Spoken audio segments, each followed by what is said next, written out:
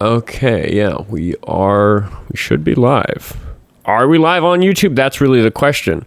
I should have already introduced the show. I should have said this is the Oskar Quentin debate live, if I'm live, but I can't at this moment actually tell if I am live on YouTube. It says that I'm live. Hopefully I'm live. Hopefully I'm live on both platforms. That would be really exciting. If somebody on YouTube could let me know, oh, Diava's here on YouTube. Is it working? Is the frame rate good? That's the big emergency with, well, not emergency. That's what I've been dealing with in terms of getting the show functioning both on YouTube and on TikTok, is that every time I tried to do it, I ended up with like a really laggy, delayed stream. So I think today everybody just needs to let me know if everything is working properly. Volume is low, but frame rate is good. Okay, can I turn the global volume up on YouTube? My microphone is maxed out. That might require some solving. Let's see, properties. I don't know. We'll have to see how bad it is when a call gets started. Good morning, everybody. I started a few minutes early today because I expected there to be some technical difficulties, so I am dealing with some volume issues on YouTube right now. Hopefully, by the time the show is officially started at 10 o'clock, which is 4 minutes from now, we'll have that type of stuff sorted out. We shall see. But good morning, Kara. Good to see you here. And hello, Be Kinder, who sent a rose. Thank you. Do I look kind of like Parker? I'll take that as a compliment. People think he's pretty handsome, right? Yeah, I wish I had better volume control. I'm using the same audio device for both, and if I turn it up, it'll be too loud on TikTok. So I don't know. We'll have to check that as we get going. Sorry, this is a boring beginning to a stream. If you're listening to this after the fact, it's like super duper boring. I think I am just going to wait for a call to see if that volume issue gets leveled out by YouTube. But for anybody watching this live on YouTube, do hang tight. The stream on there might be technical difficulties city today, and if that's the case, the episode is still being recorded in the normal way. So it's possible that I will just scrap the YouTube stream and then upload the episode as normal, but ideally the live stream will just get saved as a live VOD on YouTube, and I won't have to edit it anymore, and that will actually save me work. Oh wow, the chat just lit up on TikTok. Holy goodness. Holy goodness, holy moly, oh my goodness. And my neighbor, who I told the other day not to disturb me between 10 and 12, is disturbing me at 9:58 a.m. I am going to hang up on him. I literally ran into that neighbor the other day and said, hey, I do this show between 10 and 12 now. FYI, don't disturb. Why is he calling me at exactly the time I told him the show starts? Good morning, everybody. Good morning, Mama Avery. Good morning, Deborah. Good morning, Christian. F Donald Trump in the chat. Love to see it. Got the guest request open. We got 140 people watching, so the show should be cruising. And hopefully people will be able to hear me well on YouTube. It'd be really disappointing if the live stream... It's very, very difficult dealing with these volume issues when I have two controllers that handle the audio differently and they kind of clash with each other. But we'll see if it works out. Can I... Wait, I want to select the stream. There we go. Can I see how many people are watching on YouTube? Awesome. 5 people. Hello, people on YouTube. I don't know how many viewers I'm going to get. I didn't do a good job announcing that the stream was going to start this way. And, ooh, now I'm seeing lag. Are people seeing lag? People let me know. Elvis Trump is here at the beginning of the stream. Good to see. Captain Crypto thinks that Democrats are hypocrites. You know, you can get in the... Oh, we actually have somebody in the request queue. Sorry for all the rambling, technical difficulties. Now is time to start the show. We're going to talk to Carter, California, and we're going to check as we always do. How old are you? I'm 50. You are 50. Okay. You support Trump? Sure. I voted for him. Okay. Do you still support him? Do you think he should stay president, or do you think he should be impeached? I don't watch the day-to-day news. So I wouldn't know the latest thing that the media and the journalists, the chief editors of places, you know, there's a hierarchy that maintains an order over society. And that kind of makes me lose faith in our journalists and whatnot. Capitalism is being phased out. And I think that's kind of why Donald Trump was pushed in here the way he was. I've been a liberal Democrat my whole life, and somehow I find myself voting for Donald Trump, desperate for change. And I think it was just too obvious because, like I said, it was kind of a plant. I think he was put in to accelerate further division in the efforts for control and sustainability for this planet. It's about human sustainability. It's not about a certain quality of life or a certain amount of equality. It's just to keep on keeping on. I think that's why we have Donald Trump. You think that Donald Trump, the billionaire convicted fraudster, was made president of the United States to defeat capitalism? Right. To help accelerate the vanquish of our United States Constitution as we know it and capitalism. Okay, so you're an accelerationist. You just want the system to collapse in some dramatic, terrible way so we get a new system? Well, I compare it to riding on the freeway the wrong direction. I'm willing to jump out of the car with Donald Trump and roll and hope to survive to start walking the other way because we're going the wrong direction. Do you have any prescription medications that you need to take to stay alive? No. I do. All right. Yeah, that's why I don't want society to collapse, because I'll die of an asthma attack. Do you think that's a reasonable position for me to have? Well, it's going to come sometime. I mean, we're all going to die, but I would prefer to not die because I can't get my asthma inhaler prescription refilled. I think humanity is resilient and we look after each other. I don't think, the people that force our division. There will be what's that called when there's people that are damaged that aren't, but incidental casualties. Casualties of.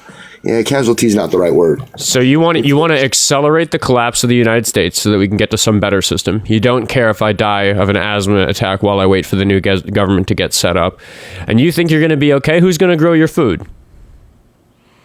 I've been, we all have our own unique experiences and whatnot. And that doesn't answer my question. Do you are you off grid? Are you able to live without engaging with society? Oh, yeah, when I voted for Donald Trump, I knew that was a dangerous vote. I'd be willing to have gasoline, no gasoline for a year. I'd be willing to have no grocery stores for a year. So I understand the detriment that would bring to society. But going the wrong way. Do you have a way to get food for a year? I'd find a way. Yeah, you say that you'd find a way, but if society collapses, most people won't be able to find a way. The math doesn't work out. The economy. I'm not even worried about my family. I mean, I'm expendable.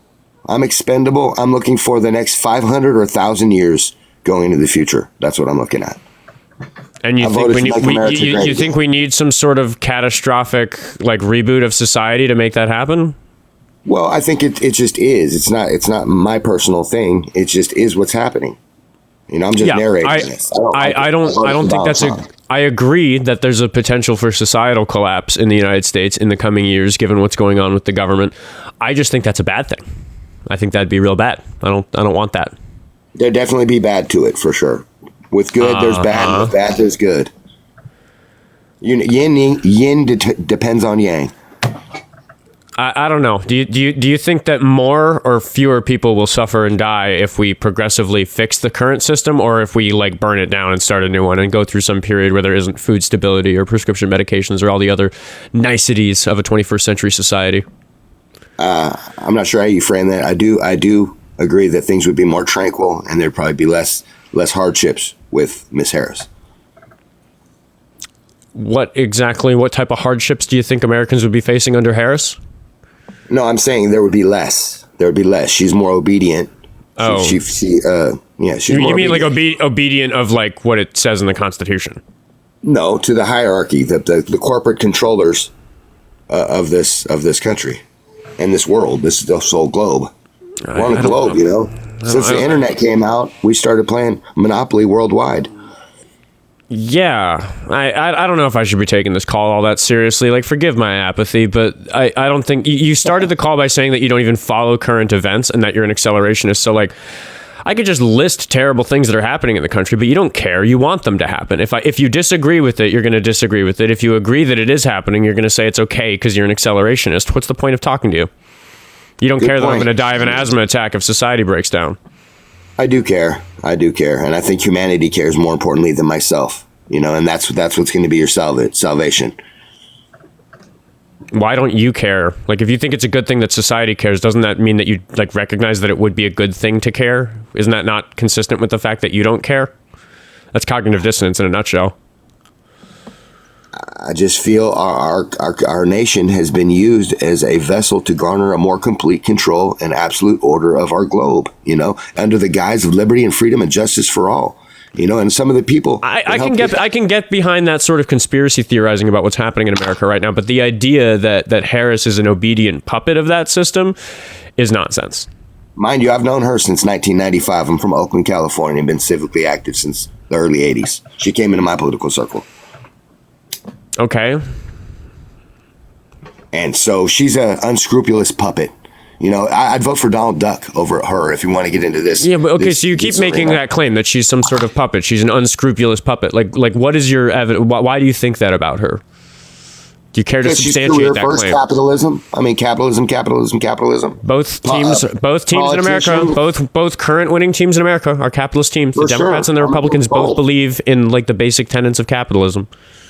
Yeah, I agree. And so that's why we're redefining what it means to be an American beyond a citizenship. It's a culture. You're calling her you're calling her a capitalist, and she was running against Donald Trump. Right. It's odd. Things are sometimes not what they seem. Donald Trump. It's all. What are Donald Trump's intentions? All right. It's early in the show, but I'm gonna ask now both chats, kick or keep, because this doesn't feel like a productive call for the show. I'm about done anyway. I ran my course. Yeah, I mean, you've got your talking points, but there's nothing for me to argue. Like, they're just entirely based in your opinion. Chat wants you gone, and now the live stream includes the TikTok chat on the screen, so people can see how many people want you kicked. I get accused all the time of lying about the kick and keep chat.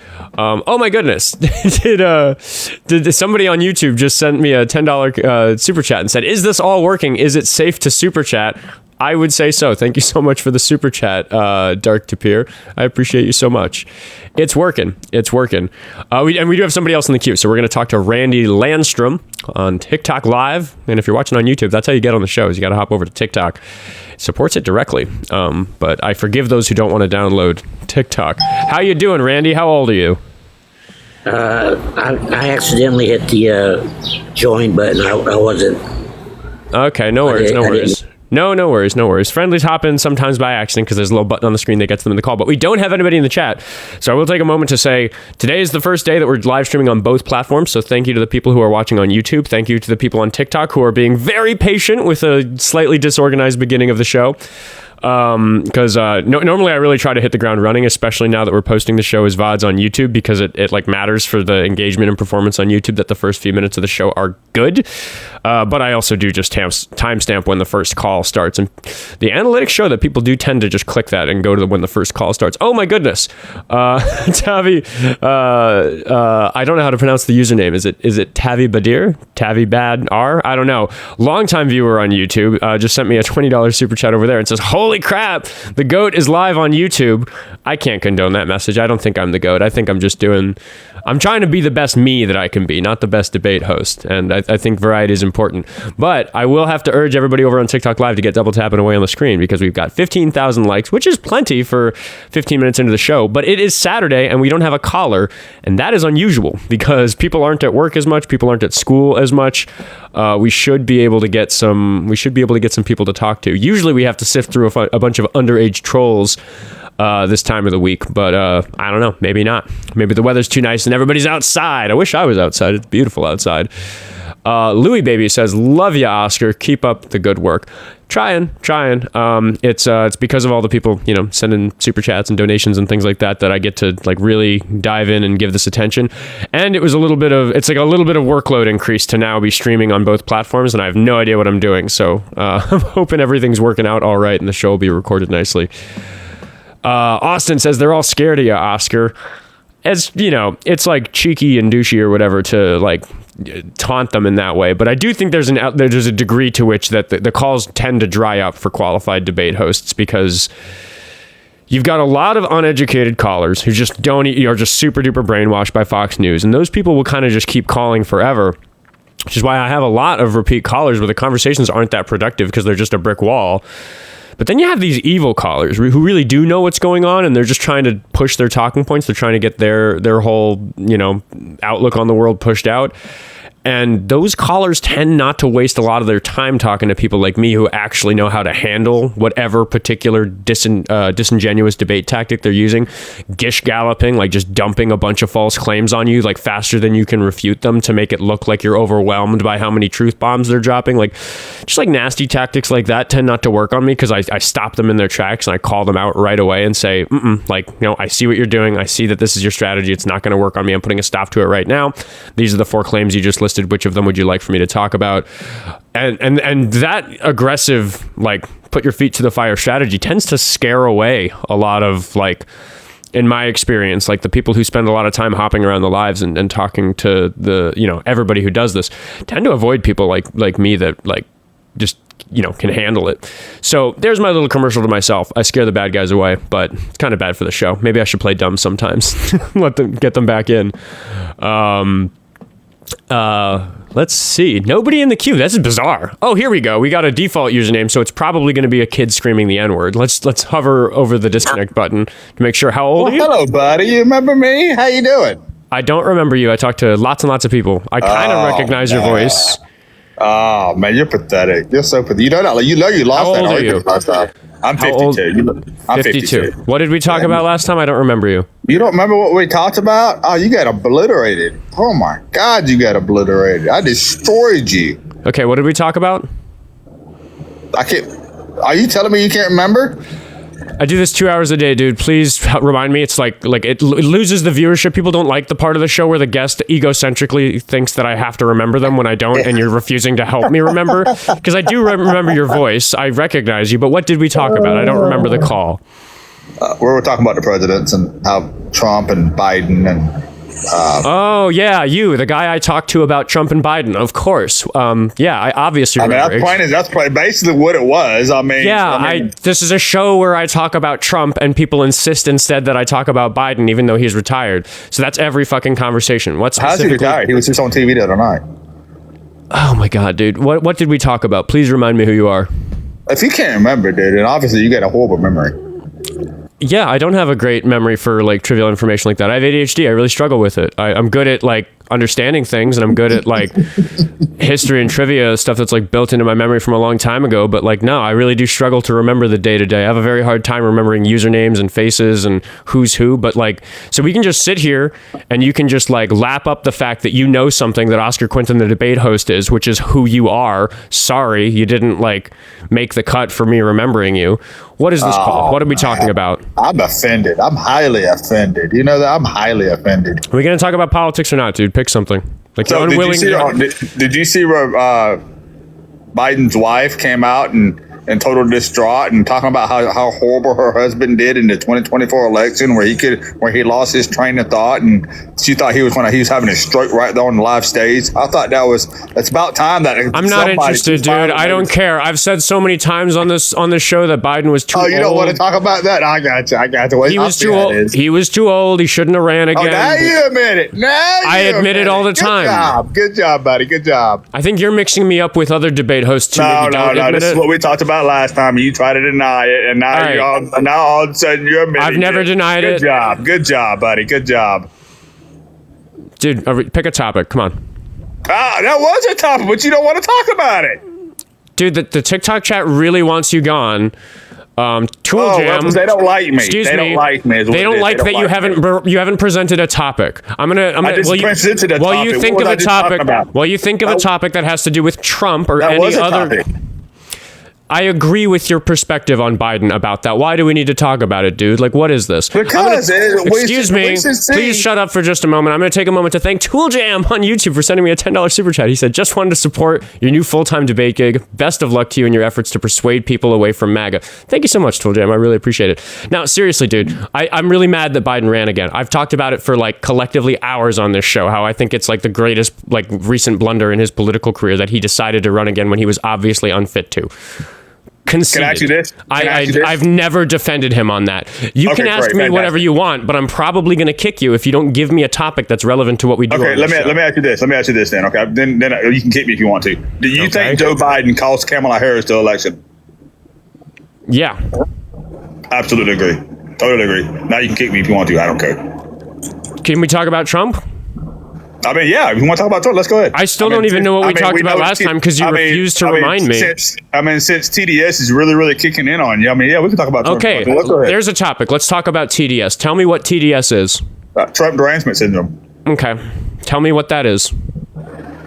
A syndrome where you can't get the president off your mind. You can't stop talking about it. It means you can't your day can't go by without talking about Trump, because it's for some reason in this TikTok thing, which TikTok is mainly liberal, everybody's got to talk about Trump because that's the only thing they have to talk about. They can't talk about anything else because it's Trump derangement. It's a sickness.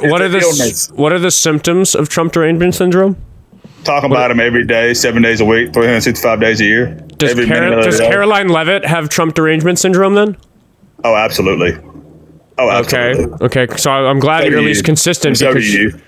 Do you know who Caroline Leavitt is? No, and don't care. She's his press secretary. She talks about him. Oh, well, man, I'm sure that's probably her job to talk about him. It is her job to talk about him every day. Okay, so here's my question. Do you think that she has TDS just because it's her job to talk about him every day?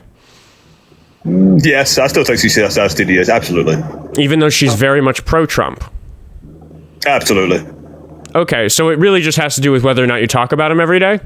Absolutely. Okay, so it is also my job to talk about Trump every single day. You were aware of that, It's not your job. It's something you choose to do. It's not your job. It's what I do for. It's what I do for my income. It's my job. Oh, you do this full time? Mm-hmm. Oh, I didn't know that. I thought you just some goofball that just did this for the hell of it. That was the case about a month ago. It's growing fast. Now it's my full-time job. Oh, nice. Okay, so how long do you sit on here? 2 hours. A day? 10 to 12 Central Standard Time every single day. May I ask how much you make in a week? You have to give me an exact number. I'm not going to tell you. It's changing rapidly. It's more each week, but it's enough that I don't really need to work my other jobs anymore. So no, you don't need to pocket watch. But my point is that it is my job to talk about Trump every single day. It's Caroline Leavitt's job to talk about Trump every day. Though both of us meet the requirements for TDS. Okay, let me ask you this. So if I want to have a serious conversation with you about what TDS is, okay, let me ask you this. Let me finish what I'm saying, which is that it sounds to me like TDS isn't that important a label if it applies to both me, a commentator that talks about Trump who doesn't like him, and his own press secretary, who for some reason you don't care who that is. But like, so what if people who have TDS, if they talk about him every day, what difference does it make? I don't think a doctor would tell you that you have TDS because I think that TDS is made up. I don't think doctors recognize it as a real syndrome.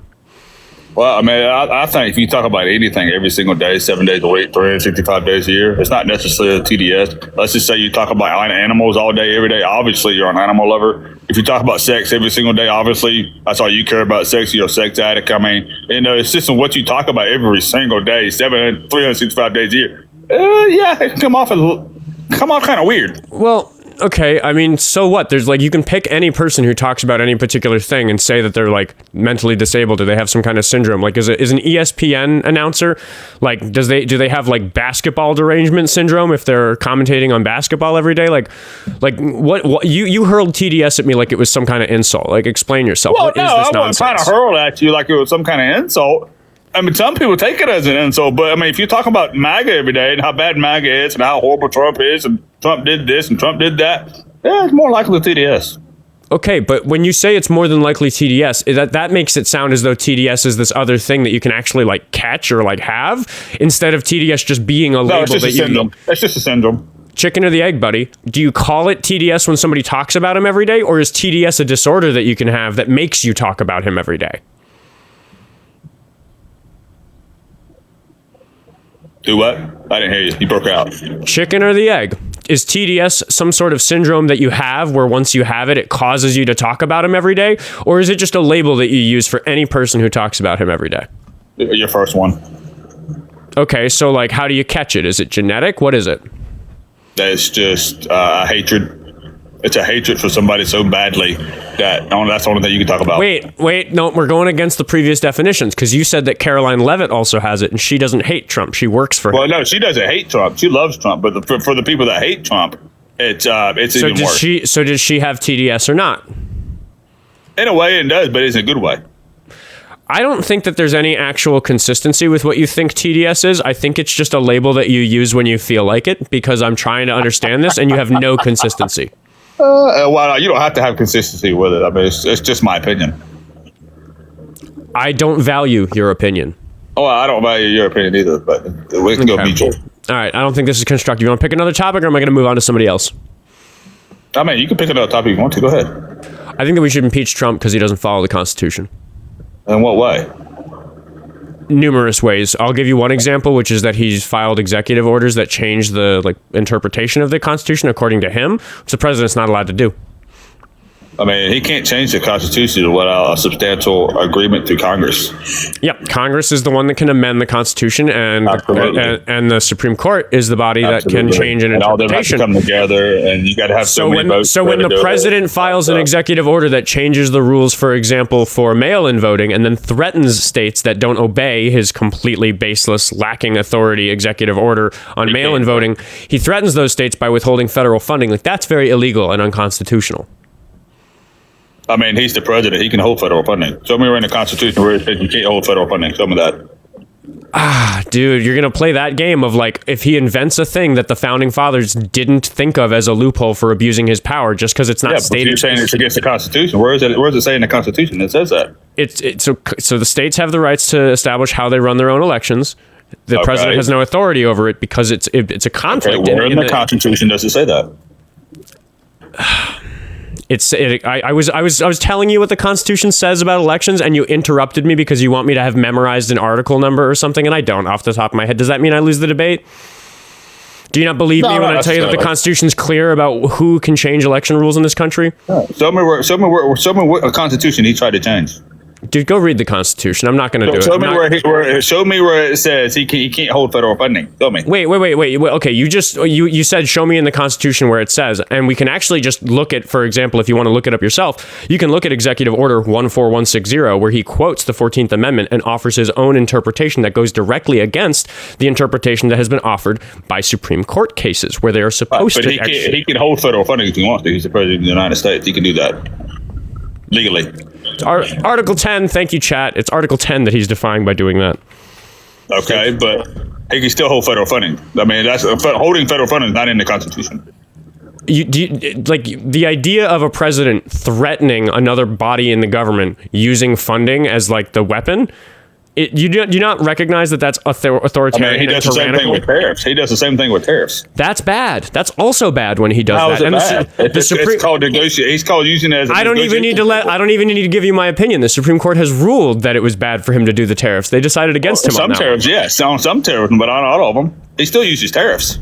I don't think that there's anything I could say to you where you wouldn't just ask an additional layer of question, like what exactly is the language? What's the article number? Who wrote it? What date was that ratified? What was the name of the judge? You're just going to ask another piece of information. There's no convincing you of anything. You have started this call by saying no matter what Oskar says, I'm going to believe the answer that makes Trump look good, and none of this matters. That's why the chat is demanding that I kick you. There is somebody else in the queue. I mean, if you want to kick me. I don't care. I mean, I'm just going to ask the chat again, keep or kick, because it just isn't worth talking to you. If nothing I say to you is gonna absolutely, Oli. Democrats are a hate group. Absolutely. All right, the chat wants you gone, so I am gonna kick you. That's fine. Kick me. Go ahead. Just bring me a fucking topic next time that you're willing to engage with. Will sent me $5 on Venmo. He said for your TDS and sitting on TikTok like a goofball. Yeah, I know me with I'm so riddled with TDS that I have to sit here 2 hours a day and talk about him. The reason I waste so much time talking to guests like that is because I really do want to understand that person. But people say I talk to brick walls all the time, and sorry guys, I know I pissed you off in the chat when I spend too long talking to somebody, but there's 5 minutes of you hating me talking to them, and we're going to get to this delicious 5 minutes, and it doesn't always work out. It doesn't always work out that 5 or 10 minutes of seemingly wasting time leads to a very interesting place with the caller. And with that guest, it didn't work out. He actually was a brick wall. There's nothing to say to him, nothing I could show him. I literally quoted the Constitution and named the executive order number, and he just ignored it. He didn't even acknowledge that I had said those words. He just moved on to something else. If that's the way the guest is, then that eventually gets you a kick because there's just no point. He's just going to chuckle and laugh and say, you have TDS. We're going to talk to Caitlin? I don't know. Maybe they can clarify that after they tell us how old they are. Will they connect? Do. Hello, how old are you? It makes a little pack of receiving mints. All right, I'm going to kick them, and we're going to talk to old Whitey, who one of the mods connected. Old Whitey, how old are you? 70. 70. You support Trump? Yes, I do. Why? Because he's doing everything I voted for him to do. Getting tax cuts. I like those tariffs, whatever we have left for tariffs. I like what he did in Venezuela. I like what he's doing in Iran. Love it, man. I love it. Life is great. Okay. Do you believe in the Constitution? Yes, I do. You think that the president should follow the Constitution no matter what?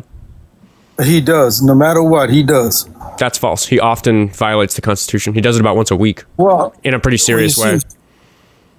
No, you see, everybody interprets it different. Like Democrats, y'all interpret it. Whose job is it to interpret the Constitution?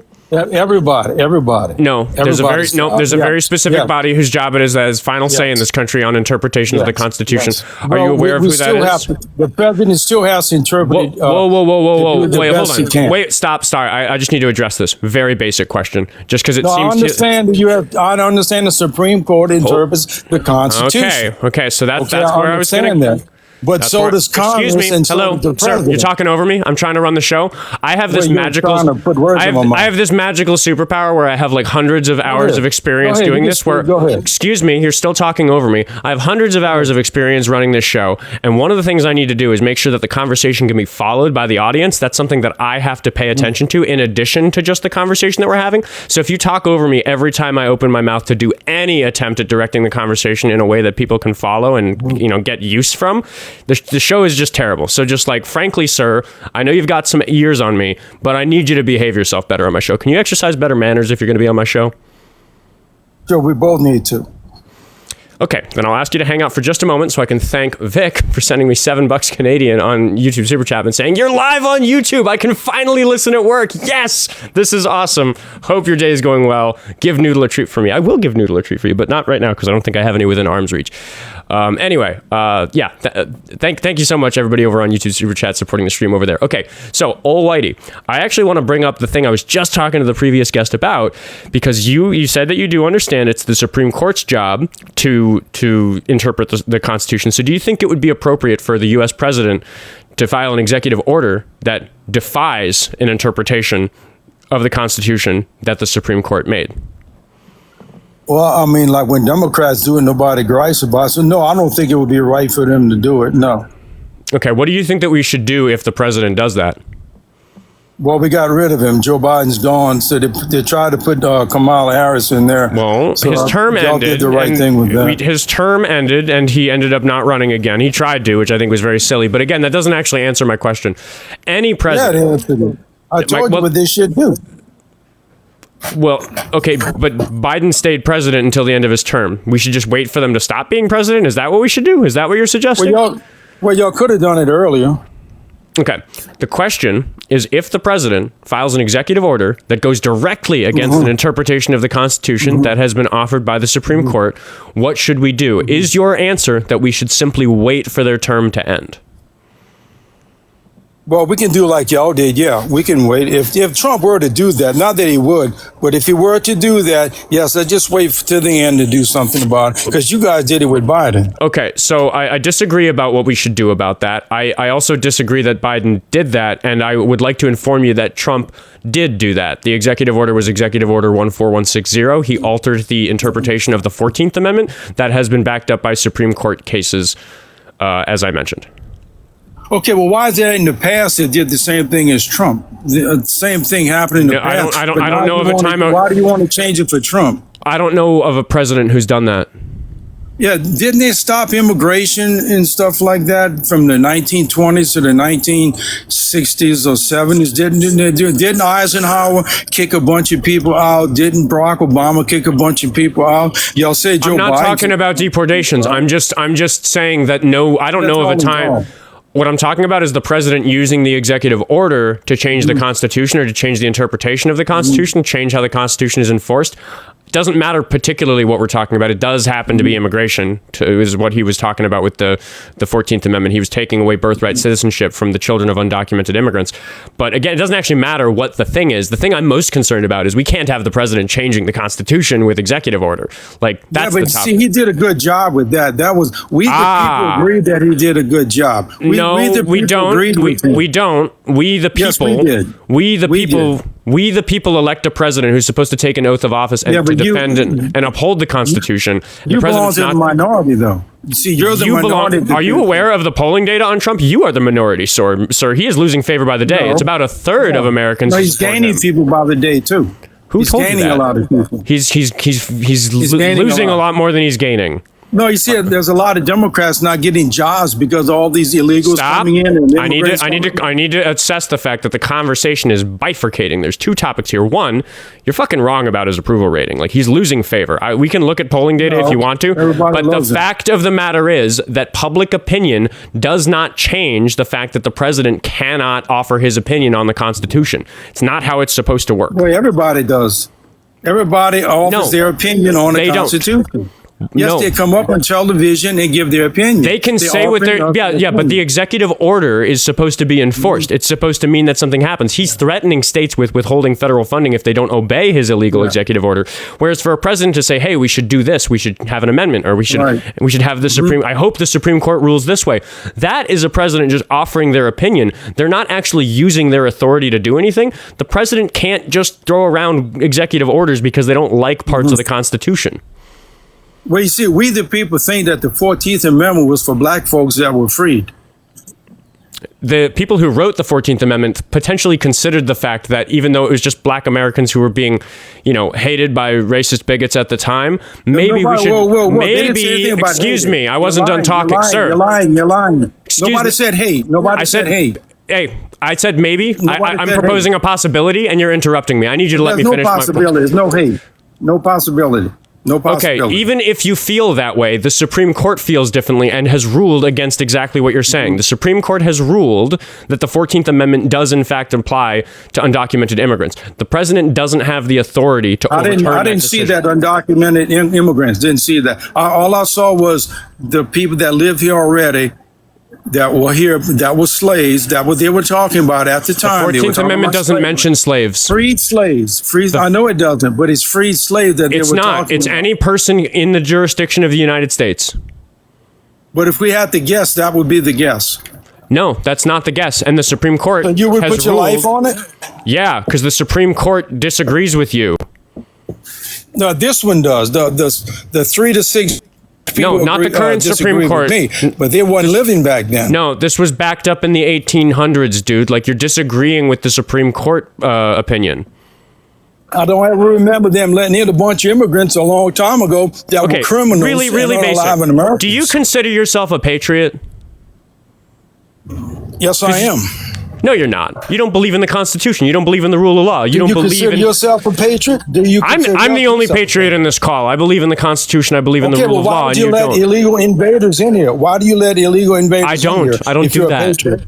I don't do that. Well, you take up for them. You take up for these immigrants, these illegal immigrants. I'm asking you to defend the fact that you don't believe in the basic rules of governance in this country. You don't believe I believe in the basic rules of keeping the people safe. And that's what Donald Trump is doing, keeping us safe from illegal immigrants who cause crime and unaliving Americans. But you don't do it. You're against him for that. You think that your opinion, as frankly a person who's clearly uneducated about all this stuff, is more important than what it literally says in the Constitution. I'm witnessing all this. But I witness all that's going on. I witness it. You don't, evidently. I witness people. I see people being interviewed crying because their loved ones was lost because of an illegal immigrant that you want to let in the country. I cried when my neighbors were murdered by federal agents here in Minneapolis. What's the point? Okay, but were the agents illegal? Were they illegal? Like, I'm going to force you to stay on one topic. I know you want to just keep bringing up other things that you're upset about, but we can't have a meeting. We can't. No, I'm staying on the fact that the president is violating the Constitution. I've been insistent on staying on that topic, and you keep bringing up, but he is. It says in the 14th Amendment exactly. I'm just going to mute you, old Norseman. He agrees with we, the people, the majority of the people. I know many Democrats that agree with me. Stop. you are wrong about two things here. One, it isn't the majority. Trump's approval rating is in the shitter. You need to provide a source. You are just making that up. Also, even if you were right, even if he had the majority of we the people at his back, that is simply not how government in this country works. You can't just change the Constitution with a majority opinion from the people, which, by the way, you are just assuming is the case. I'm guessing based on your Facebook feed or something, when in reality it's like a third of people in this country support what he's doing. Okay, I'll give an example, of the majority. I don't know any Republican that wants these illegals coming in. I don't know any Republican that disagrees with Donald Trump with his immigration policy about these illegals. But I know many Democrats who are... It simply doesn't matter. I know many Democrats. No, the question is stop yelling about what your opinions are. It's simply... But that's more than 50%. It doesn't... That's more than 50%. That's not... You're not providing evidence of that. You're just saying that... More Democrats are against illegals. I think that almost everybody is upset about the illegal immigration issue in this country, but you are ignoring my main point, which is that the president cannot change the Constitution. He didn't change it. If you read the Constitution, it still says exactly what you're saying. But he quoted the Constitution He quoted the Constitution and went directly against the Supreme Court ruling on the matter. But that was for slave people being freed. That's what it was for. That's not what it says, and that's not what the Supreme Court says. You don't believe in the Constitution. You're not a patriot. Yes, I do. You're not a patriot. No, you're not a patriot. I'm going to give you every opportunity that you can to demonstrate to me that you are. No, it is not patriotic to use your feelings to decide what it says in the Constitution. Is it patriotic to want illegals come in and unalive Americans? Have you read the plaque on the Statue of Liberty? Yes, it's fucking patriotic to want people to come into this country and enjoy the American dream. Who wrote that? I don't know. I don't remember. I don't care. Didn't the Statue of Liberty come from France in the 1880s? Why was America founded? Why did America get started up? Because we were getting away from socialism and stuff like people like you. They got away from people like Wait. You're suggesting that Europe was socialist in the 1700s? Well, it was something like a monarchy and stuff like that. But it was it? Because a monarchy and socialism are pretty fucking far apart. Which was it? Let's see if you know your history. They converted to socialism. You think that the founding fathers started America to save themselves from European socialism? From the monarchy and stuff like that, yes. Okay, is it monarchy or socialism? Because they're very different things. Didn't they have a fight? Didn't they have a revolution to get away from them? Just quick question. Didn't those patriots have a revolution? Was it monarchy or socialism? Because they're pretty far apart. They're not really compatible systems, monarchy and socialism. What do they have in England right now? Don't England have a monarchy and they also have these people being voted in, but they're a bunch of socialists? They have I mean, I'm not talking about now. I'm talking about the values for which the country was founded. I'm talking about the 1700s. Because you're not a fucking patriot, so I'm trying to understand what you actually think America's about. That's why they wrote the Constitution for all of our freedoms, to get away from government control. Right. And you are defending the president who is overturning the fucking Constitution. But he's doing what I want him to do. That's the problem, is that you are going to judge whether or not it's okay for the president to change the Constitution based on whether or not you like the changes. Constitution like I want. I can interpret the Constitution like I want. That makes you not a patriot. That makes you un-American. I don't make laws. That makes you a traitor. Right. You are a fucking traitor to your country. It makes me saving American lives. It's U.S. citizen lives, unlike yourself. What am I doing, dude? I'm defending the fucking Constitution. I'm the patriot here. You're defending illegal immigrants coming in that unalive Americans. You're kind of like the first caller where I have to limit my arguments to things that fit in your 3-second attention span because you're not capable of actually listening to an argument and responding. That's because I don't like you lying. And I know you don't like having to use your brain for a conversation. I know that's new for you. You can try if you want. I'm doing better than you are. You're a patriot who wants to unalive Americans. I'm a patriot that wants to save the Americans. Okay, I'm a patriot who wants the Constitution to be followed, buddy. even though it unallows a bunch of Americans, you interpret the Constitution to let these illegal invaders in.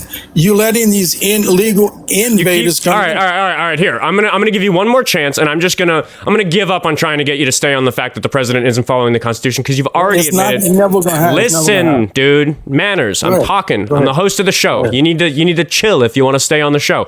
You've already admitted that you don't care what it says in the Constitution because if you I didn't say that. Well, you said that if it's in your opinion good to disobey it, then that's fine. So yes, you did say that. You said that about 90 seconds ago. We can roll it back. Freed slavery. What? Freed slaves. Yeah. You just keep ad-libbing nonsense about that. That isn't even true because it doesn't mention slavery in the 14th Amendment. So we're gonna put that to rest, and now we're gonna talk about illegal immigrants. I'm gonna ask you some basic questions. Do illegal immigrants commit violent crimes at a greater or lesser rate compared to everybody else in the country? The way I see it is per capita. Yes, there are a lot more. Yes. That's false. That's completely wrong. Who told you that? Who told you that? Who told you that? Well, the only group that would be more than them would be Democrats. Who told you? No, stop moving on to other stuff. Who told you? I watched the news. No, we're going to stay on the claim. You think illegal immigrants commit more violent crimes? I think they commit less. Because now you're talking about the Democrats. What the fuck, dude? Pay attention. Are you capable of paying attention? Yeah, evidently neither one of us are. No, I remember what the question was. The question is, do illegal immigrants commit more or fewer? The question right now. Try again. I'm going to answer it right now. Okay, every time I watch the news, a lot of times it's illegal immigrants that are unaliving people. Unaliving or physically harming. You've seen so many cases on the news that you think you have a statistically reasonable assessment of the millions of people that we're talking about?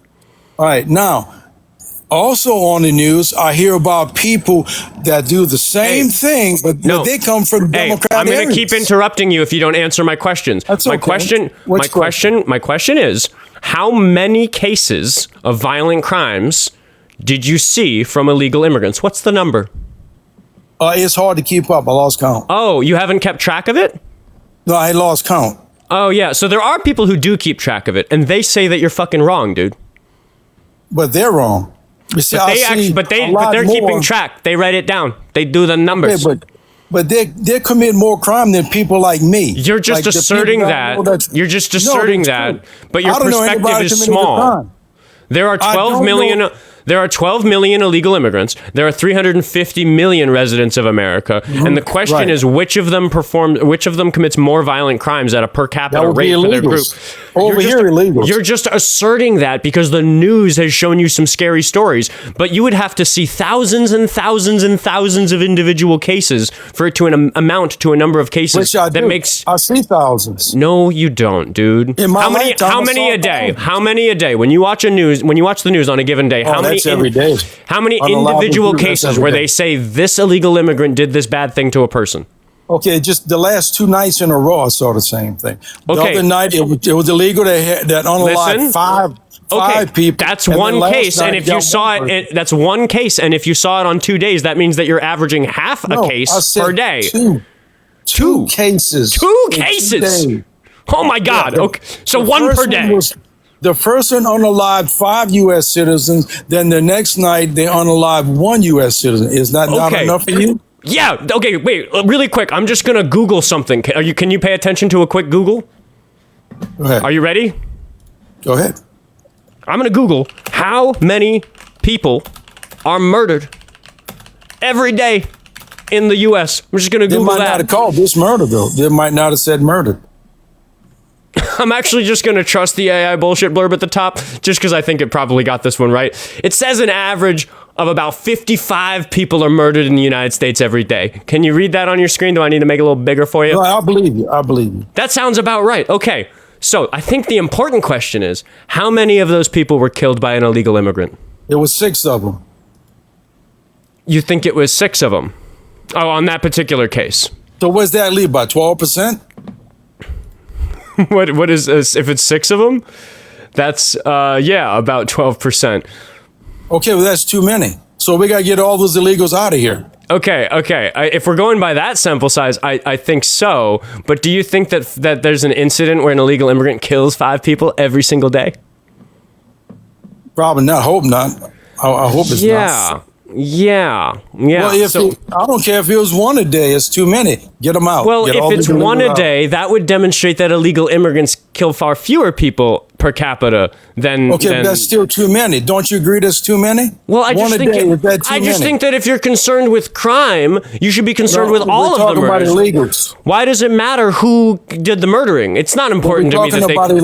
We're talking about illegals. But the specific question is who commits more crimes per capita.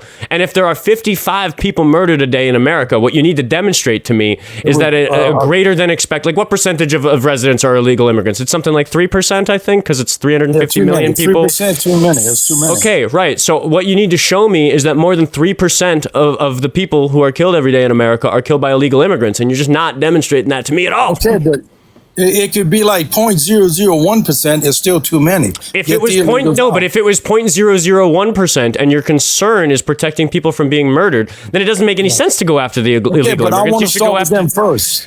Why do you care if it's an illegal immigrant committing a murder? Don't you value human life? Going first. Wait, so you don't care about the people who get murdered? If we're going to get them second, we're going to get the illegals first. We're going to get the Americans second. What do you say to the mothers of the people who die when their murderer is not an illegal immigrant? Okay, I would say to them that these Democrat politicians don't care about their daughters getting murdered. I'm a Democratic political commentator, and I'm sitting here caring about their kids, and you're the one who's not. You're saying we shouldn't bother with those murders. Why do y'all let criminals loose? You're letting criminals loose. You said we should deal with the illegal immigrants first, even if they're not the ones committing the murders.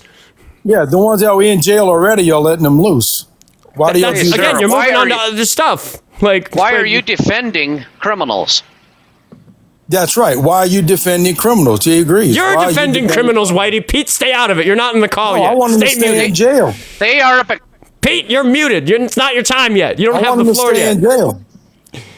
You're not answering criminals the moment they step on U.S. soil. Pete, you're kicked because you're not following the rules of the show. Goodbye. You can get back in the queue if you want. Whitey, why do you not care if somebody is murdered if their murderer is not an illegal immigrant? Because I want them to stay in jail. A lot of people are murdered because they were let out of jail. So I want them to stay in jail. What the fuck is this? What are you talking about? Like, what do you mean? If a person gets murdered and their murderer isn't an illegal immigrant, do you think that should be a priority for law enforcement as compared to maybe catching an illegal immigrant who didn't murder anybody? Well, right now we have Tom Holman looking for those people. Answer the fucking question, guy. Come on. And I want them arrested. Tom Holman's taking care of that. Y'all slowing Why the fuck are we talking about Tom Holman? I asked you a specific question. Because he goes against illegals. Specific question. I'd like for you to answer my specific question. Can you pay attention? Go ahead. Okay, if a person gets murdered and their murderer isn't an illegal immigrant, do you think that is a bigger priority for law enforcement than catching an illegal immigrant who didn't murder anybody? Well, no, I want regular policemen to go get him. That's the regular policeman's job to go get him.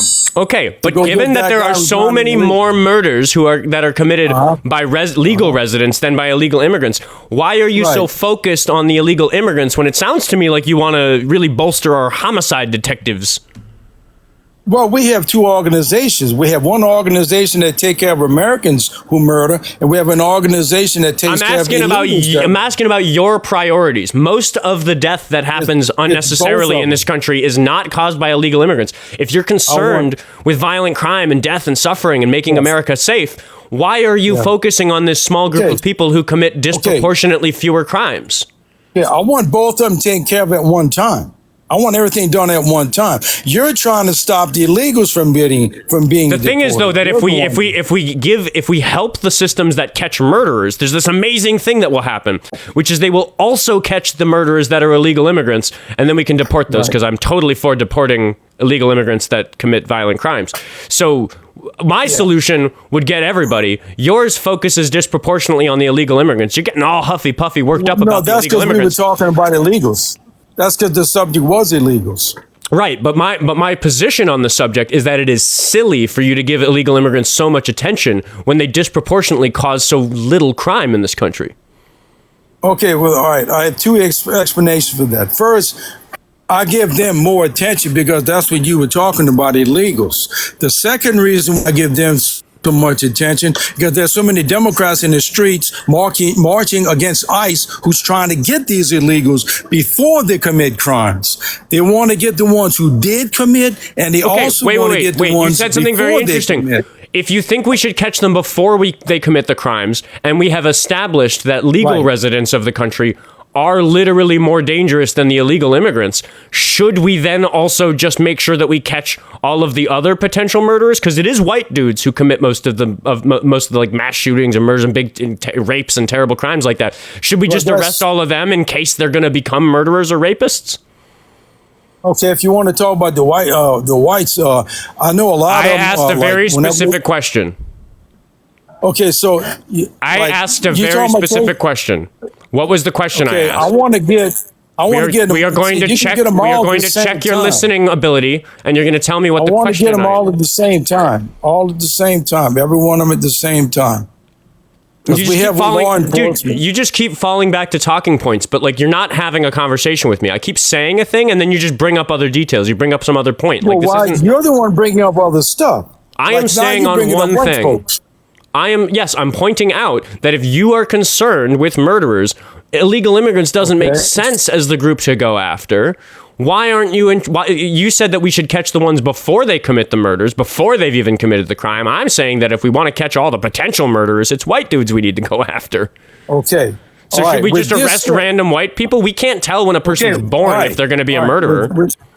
Okay, with that said, illegal immigrants already doing something illegal. Get them now. They're already doing something illegal. Now, the other ones we're talking about, the white dudes or black, it don't matter. You don't know if they're going to murder until the time comes. They're not doing anything illegal until the time comes. Everybody does illegal things, though. Are you going to tell me that you've never sped on the highway? That's a misdemeanor. I spit on side the highway. Okay, that's a misdemeanor. You commit a misdemeanor? No, I did not over here. Maybe in New York or something it is, but not over here. I can spit anywhere I want over here except where people walk on the sidewalks and stuff. But I can spit on sidewalks. My point is, you've never jaywalked, you've never done anything even mildly illegal? We don't really have jaywalking out here. Have you ever consumed the green plant that people like burning and inhaling? Can't say the name of it. Don't say the name or I have to kick you for TikTok TOS. But have you ever done that? That was a long time ago. Long time ago? That suggests to me that it was probably illegal when you did it, right? Yeah. Oh, so I'm going to ball you in with these already criminal illegal... That's been past 7 years. 5 years has been way more than that. But it was a crime when you did it. You're a criminal. Well, too bad you didn't catch me. Oh, so if you don't get caught for a crime, that's okay? So if we don't catch the illegal immigrants, it's okay that they committed a crime? Oh, no, we got to get them now. Well, but what if we don't? Then they get away with it. No, not as long as 5 or 7 years don't pass, we kicking them out. My point is, you're mad at them for committing a misdemeanor, and you just admitted to me that you have committed misdemeanors. No, I'm mad at this unaliving Americans and taking jobs. But they're not. Most of them are not. Yes, they are. And they have a positive benefit on the economy, but there's no showing you data. I know you're not going to listen to any actual proof I give you. Like, you're not going to interpret the Cato Institute's study, which is a right-leaning organization that did a study that backs up my opinions on legal immigrants. Is it legal to hire an illegal alien? Is that legal to hire illegal alien? I'm not interested in your question because you haven't addressed the fact that you yourself committed a misdemeanor, and you're mad at these people for having committed a misdemeanor, and you said that that's why we should think that they're going to become murderers. Are you going to become a murderer? You committed a misdemeanor. No, we were talking about unaliving Americans and stuff, not misdemeanors. Well, but most of the illegal immigrants haven't done anything worse than just the misdemeanor of illegally entering. Yeah, but they're taking jobs, though. But they're improving the economy overall. No, but the Americans would have improved it, too, if they would have gotten the jobs. No, but the fact of the matter is that the economy's better with them in it. If we deported them all tomorrow, it would be very bad for the economy. You understand that, right? Well, there's a lot of people getting freebies right now that we cut those freebies off. They don't have accessibility to the freebies. People like you do, though. They can't get Medicaid. They can't get food stamps. They can't get Social Security. You're wrong. No, they don't get the freebies. The freebies are for the people who have their paperwork in order. They get free health care. They get all that. They don't.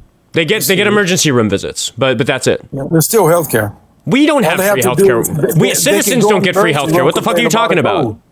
They can go in the emergency room, complain about a cold, and get medicine for their cold. But they pay taxes into the system, and they don't get as many benefits as the rest of us. Now, is it legal to hire illegal aliens? I'm not interested in your question. You're not responding to anything that I say. I don't know why I should respond to anything that you say. You haven't responded to a single point I've said. I responded to everything you said. I responded to everything you said. You opened your mouth and let words fall out of it every time I was done talking, but that doesn't mean you answered what I said. Correct words. You're breaking up. I can forgive you for breaking up. I'll take a moment to thank Nicholas. Okay, what did Nicholas do? Hold on a second. Stop. I need to thank the people for paying my bills for me. Nicholas sent me $17. He said, proud of you for being brave, consistent, and what else? The message is cut off. Brave, consistent, and something else. I don't know what. Thank you. And Aaliyah, thank him for me. Aaliyah also sent me $5 and said, thank you for being an amazing voice for the political left. I get migraines for you having a debate with brain dead grandpas and incels. Thank you for staying educated. We haven't assessed if the caller is an incel, but he certainly is a brain dead grandpa. I agree. Thank you so much, Aaliyah. I appreciate you. What the fuck are we talking about? You pick a new topic, dude. I'm done trying on immigration. Okay. How could they add to the economy or add to the tax basin if it's illegal to hire these people? No, you're not engaging with the conversation about immigrants in a way that's sensible. We need a new topic. Why are you dodging the conversation? Because you have dodged every point I've brought you about it. So there just isn't a point in discussing. You said that they add to the economy. They do. That has to include taxes. They pay taxes, and they don't get as many benefits for paying their taxes as we do. They get to use the roads, they get to use the fire department, they get to use the police department because the police will come help them if somebody's attacking. That's using up tax money. But anyway, right. But they disproportionately pay. If you're going to insist on staying on the immigration topic, you have to listen to what I just said. Do you recognize that a person who pays taxes on their income but doesn't have access to Medicare, doesn't have access to food stamps, doesn't have access to Social Security, is somebody who, compared to everybody else, is going to end up paying more into the system relative to what they can use from it? Do you recognize that as true? Yeah, yes, I recognize that, but how can they pay taxes if it's illegal to hire them? Because the IRS so cares about collecting taxes that they literally just let illegal immigrants pay them. They can do it with a tax ID number, which they can get for free from the IRS because they don't have Social Security numbers. The IRS just lets them pay taxes. So these people that hire illegals, you don't think that they're harboring, that they would tell the illegal this is taxes? You don't think that they pocket that money? You don't think those people that hire them are pocketing that money? You don't think they're doing that? The IRS would collect more tax money if we gave rights to illegal immigrants, if we gave them some kind of amnesty. Yes, that would improve the program because not everybody does it. There's plenty of under the table work that happens with illegal immigrants. I think that's bad. I think that if we had an amnesty program and we let them get their paperwork in order, that problem would go away and they'd be able to be full productive members of society, which is what I want for them personally. But that doesn't answer my point, which is you just asserted to me that they can't pay taxes. Can you just I just want you to do the exercise of telling my audience, showing my audience that you're the man I expect you to claim that you are. Can you just admit you were wrong about illegal immigrants paying taxes? Because they do. I'm totally right. If it's illegal to hire them, how can they be paying taxes? All that money is being harbored. So you did ignore it when I explained to you that the IRS literally just cares more about paying taxes than catching illegal immigrants. So they let illegal immigrants pay taxes. That may be so, but the majority of the money is being harbored by these people who hire illegals, and they're taking that supposed to be tax money and using it on their own benefits. But can you just admit that you were wrong when you said that they're not paying taxes? Because you never admit you're wrong. You don't admit you're wrong. I haven't been wrong so far. Yes, you are wrong. You're wrong for not being a patriot and want to save U.S. lives. Michael sent me $2 on Cash App, and he said, for doing a great job, this guy is trash. Michael thinks you're trash, dude, because you're the one who's not willing to admit you're wrong, and you haven't demonstrated that I'm wrong about anything. Michael probably is a Democrat. What does it matter? Again, dude, how do you think this conversation can be even remotely functional if you just move on to something new every time I say anything to you? Because it leads to new things. Yeah, but people have a hard time following it, man. It makes a bad radio show. No, well, I mean, everybody's commenting like everybody's enjoying the conversation, except that they're all learning from me. They're all learning that all these illegals Chat. are alive and people getting. Please give me your honest opinion. Are you learning anything valuable from today's guest? Just levy your opinions in the chat. People watching on YouTube, you can do the same, and you can see the TikTok chat on the screen. I've got it superimposed. Okay, so old whitey, take a look at the chat. You have lost the audience if you think that you are educating my audience. Please teach us something with your infinite wisdom about American democracy. Educate us. Yeah, but you see, give me a hot take. I saw a bunch of yeses that they learned. I saw a bunch. You're not looking down when the yeses pass. Dude, the chat is getting recorded. It's on the screen. Like, if you're lying, which, I mean, I don't know. There's probably a couple of yeses in there. There's always a couple of people who are going to go against whatever I say. Let's see. Can I actually find a yes? Okay, wait. We got a yes from Septic Salad. Everybody, that's a regular caller. People know who that is. Not surprised that we got a yes from Septic Salad. Who else? Anybody? No. Wait. Oh, we got another yes from Septic Salad. He's voting more than once. Septic Salad is committing voter fraud in the chat by voting yes more than once. How do you feel about that, old whitey? Well, the thing is that the question is what I'm saying is the question is how do you feel about the fact that Septic Salad is committing voter fraud in my chat by voting yes more than once? I feel great. You think it's good that he's committing voter fraud to make your side look good? Yes. You think voter fraud is good if it gets you what you want? No, just for me. It's good just for me. Why are you special? I don't know. Just God made me special, I guess. I don't know. I mean, God might have made you special, but I don't think we mean the same things when we say that, buddy. God doesn't make anything bad. So, yeah, it has to be good. It's got to be good. God doesn't make anything bad, but did God make everything? Yeah, but things like, let's say Democrats. Well, yeah, I was going to say, did God make Joe Biden? Democrat, but they turned bad. See, what happened is they turned bad. Oh, okay. So it was a real platitude when you said that God doesn't make anything bad because things can still just be corrupted by external forces. Does God want that to happen? Does God allow things to become bad? No, God doesn't want that to happen. Wait, how did something that God didn't want to happen?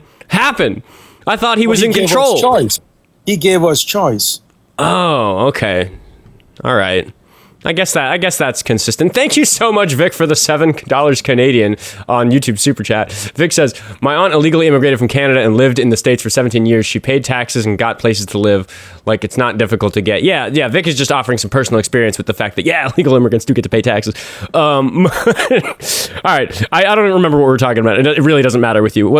Give me something new. Another hot take from old whitey. Well, I like the idea of having those tariffs. I like that idea. Who pays the tariffs, just so we understand how they work? Everybody pays. No, but like specifically, like if let's say I want to buy some lumber. Well, whoever orders from overseas, whenever they pick it up, let's say from the dock, they pay the tariffs right then and there. That's actually correct. You get 1 point for being right about something. Why is that good? Okay, now this is the good part. Okay, when we all order something, let's say we buy something from overseas, like what the tariffs do, if everybody pays the tariffs, we're all paying our fair share, right? For whatever you bought, you're paying your fair share. Am I correct about that? No, you're just labeling that tax as a fair share, and I don't know why you're doing that. I said everybody who orders from overseas pays that tariff because we have tariffs. Am I right about that? Everybody who orders overseas products are paying the tariffs, right? I mean, they're fair in the sense that anybody who wants to import those sorts of goods does have to pay the same tariff on them. Okay, yeah. So that means everybody pays their share of those tariffs. Now, let's talk about. But that doesn't make it a fair thing to do to the American people. Oh, wait a minute. Well, I'm leading to something there. Okay. Now, does everybody pay their fair share for income tax, for federal income taxes? Does everybody pay their fair share, like Elon Musk or yourself? Do you think everybody pays a fair share? No, the rich people are getting away with paying almost no taxes. Okay, so when a rich person buys something from overseas, he's paying that tariff whether he likes it or not, right? Uh-huh. Okay, that answers your question. Everybody pays their fair share with tariffs, but everybody does not pay their fair share with income taxes because they can hide their money or they can claim all kind of deductions and stuff. So the reason you like the tariffs is because you think that they're a good solution to tax fraud? Oh, yeah, you can say it like that, yeah. Okay, you know what my problem with that solution for tax fraud is? What? One, I think we should just enforce tax fraud better. Part of the problem there is that the rich people... That's not going to happen. You know that's not going to happen. How convenient. We could talk about that as a separate topic. But I think the bigger problem with using tariffs to fix rich people not paying their taxes is twofold. One, it's that because the tariffs are so bad for the economy, it's just not really a net win, you know, like tanking the economy to make rich people... Yeah, but if you give people tax cuts from income, it's like, I got an income tax already. You gotta let me finish, dude. Like, slow down. Like, come on. You're jumping down my throat. I hardly got it out. What I'm saying is that, like, why, you know, there's this cost to the economy when we have these tariffs because it makes goods more expensive. And you're just assuming that the cost to the economy is worth getting the taxes that we get from the tariffs, which just doesn't really make sense to me, especially when the problem with a sales tax or a tariff or something like that is that it doesn't change based on who's doing the buying. So if you have a rich person buy something, they pay the same sales tax or they pay the same tariff as a poor person buying that thing. So there's no progressive tax rate. Like, the reason we want to fix the tax system and get rich people to pay their appropriate taxes because we tax them at a higher rate because money is less valuable to rich people than it is to poor people, which makes it fair to tax them more because a bigger amount of money being taxed from a rich person might hurt the same as a small amount of money being taxed from a poor person. So we're trying to do it a fair way. You're admitting that the rich people are cheating the fair system. For some reason, you think it's fair to fuck up the economy and charge everybody who wants to import anything, especially when, in order to have an economic effect with tariffs, like, it's really precise what you have to do to get the tariffs right. And Trump unilaterally made tariffs that just had to do with what our trade deficit with the target country was, which makes no fucking sense at all. I don't think you understand economics, dude. Okay, now here's the second part of my statement that you didn't want to hear. Okay. Now, Trump was deducting income taxes from people. People don't have to pay taxes on tips and stuff like on overtime. He was gradually taking income taxes away from people like us, like myself. I don't have to pay Social Security anymore. That was a swap off for me. I don't pay Social Security taxes anymore, but he implemented tariffs. Okay, but I pay less tariffs than I do income tax when I was paying with Social Security. That was a great swap for me. I love the idea of swapping my federal income taxes, get rid of that, and paying tariffs because I pay less tariffs. So Donald Trump. If I put a dog turd on a silver platter, would you eat it? So Donald Trump was swapping. If I put a dog turd on a silver platter, would you eat the dog turd? Your teacup. You got to come back to the TikTok app if you want to keep talking. I want to get this analogy out. We're going to see if you can do an analogy. I'll take a moment to thank Gen X for the $2 on Cash App. Gen X says, old whitey doesn't know about his Acadian descent. No, I don't think he's introspective like that at all. And the phone from my wife called up. Okay, so I don't know if you were talking the whole time, but we cannot hear you when you're not in the app. No, the reason why my wife called up. I okay, that's fair. Fine. But okay, but anyway, so Donald Trump is in the middle of swapping out income taxes for tariffs. And I think we come out ahead with swapping the income tax because everybody told you that? That's a terrible idea. That's an awful idea for literally all the reasons that I said before you started talking. I know you weren't listening and you probably couldn't comprehend what I was saying, but I literally was explaining why that. For me? Because it fucks up the economy, dude. What the fuck? No, it didn't. Yes, it has. People like you. Okay, well, hang on. Do you understand? Are you want to increase taxes on corporations? Do you want to increase taxes on U.S. corporations? Do you want to? Sure do. Okay, isn't that going to raise prices? Won't that raise prices? It will raise prices. There are ways to do it carefully. Raise prices. Okay, prices go up continuously. There's a target rate for inflation of about 2%. These are things that we consider when we make economic policy. We have to make these decisions very, very, very carefully. And Trump is not doing that. He is just making big across-the-board tariffs that are really damaging to the economy. Are you aware of how many manufacturing bankruptcies we had in America in 2025? That's because they keep increasing taxes on them. That's because we keep increasing tariffs on them.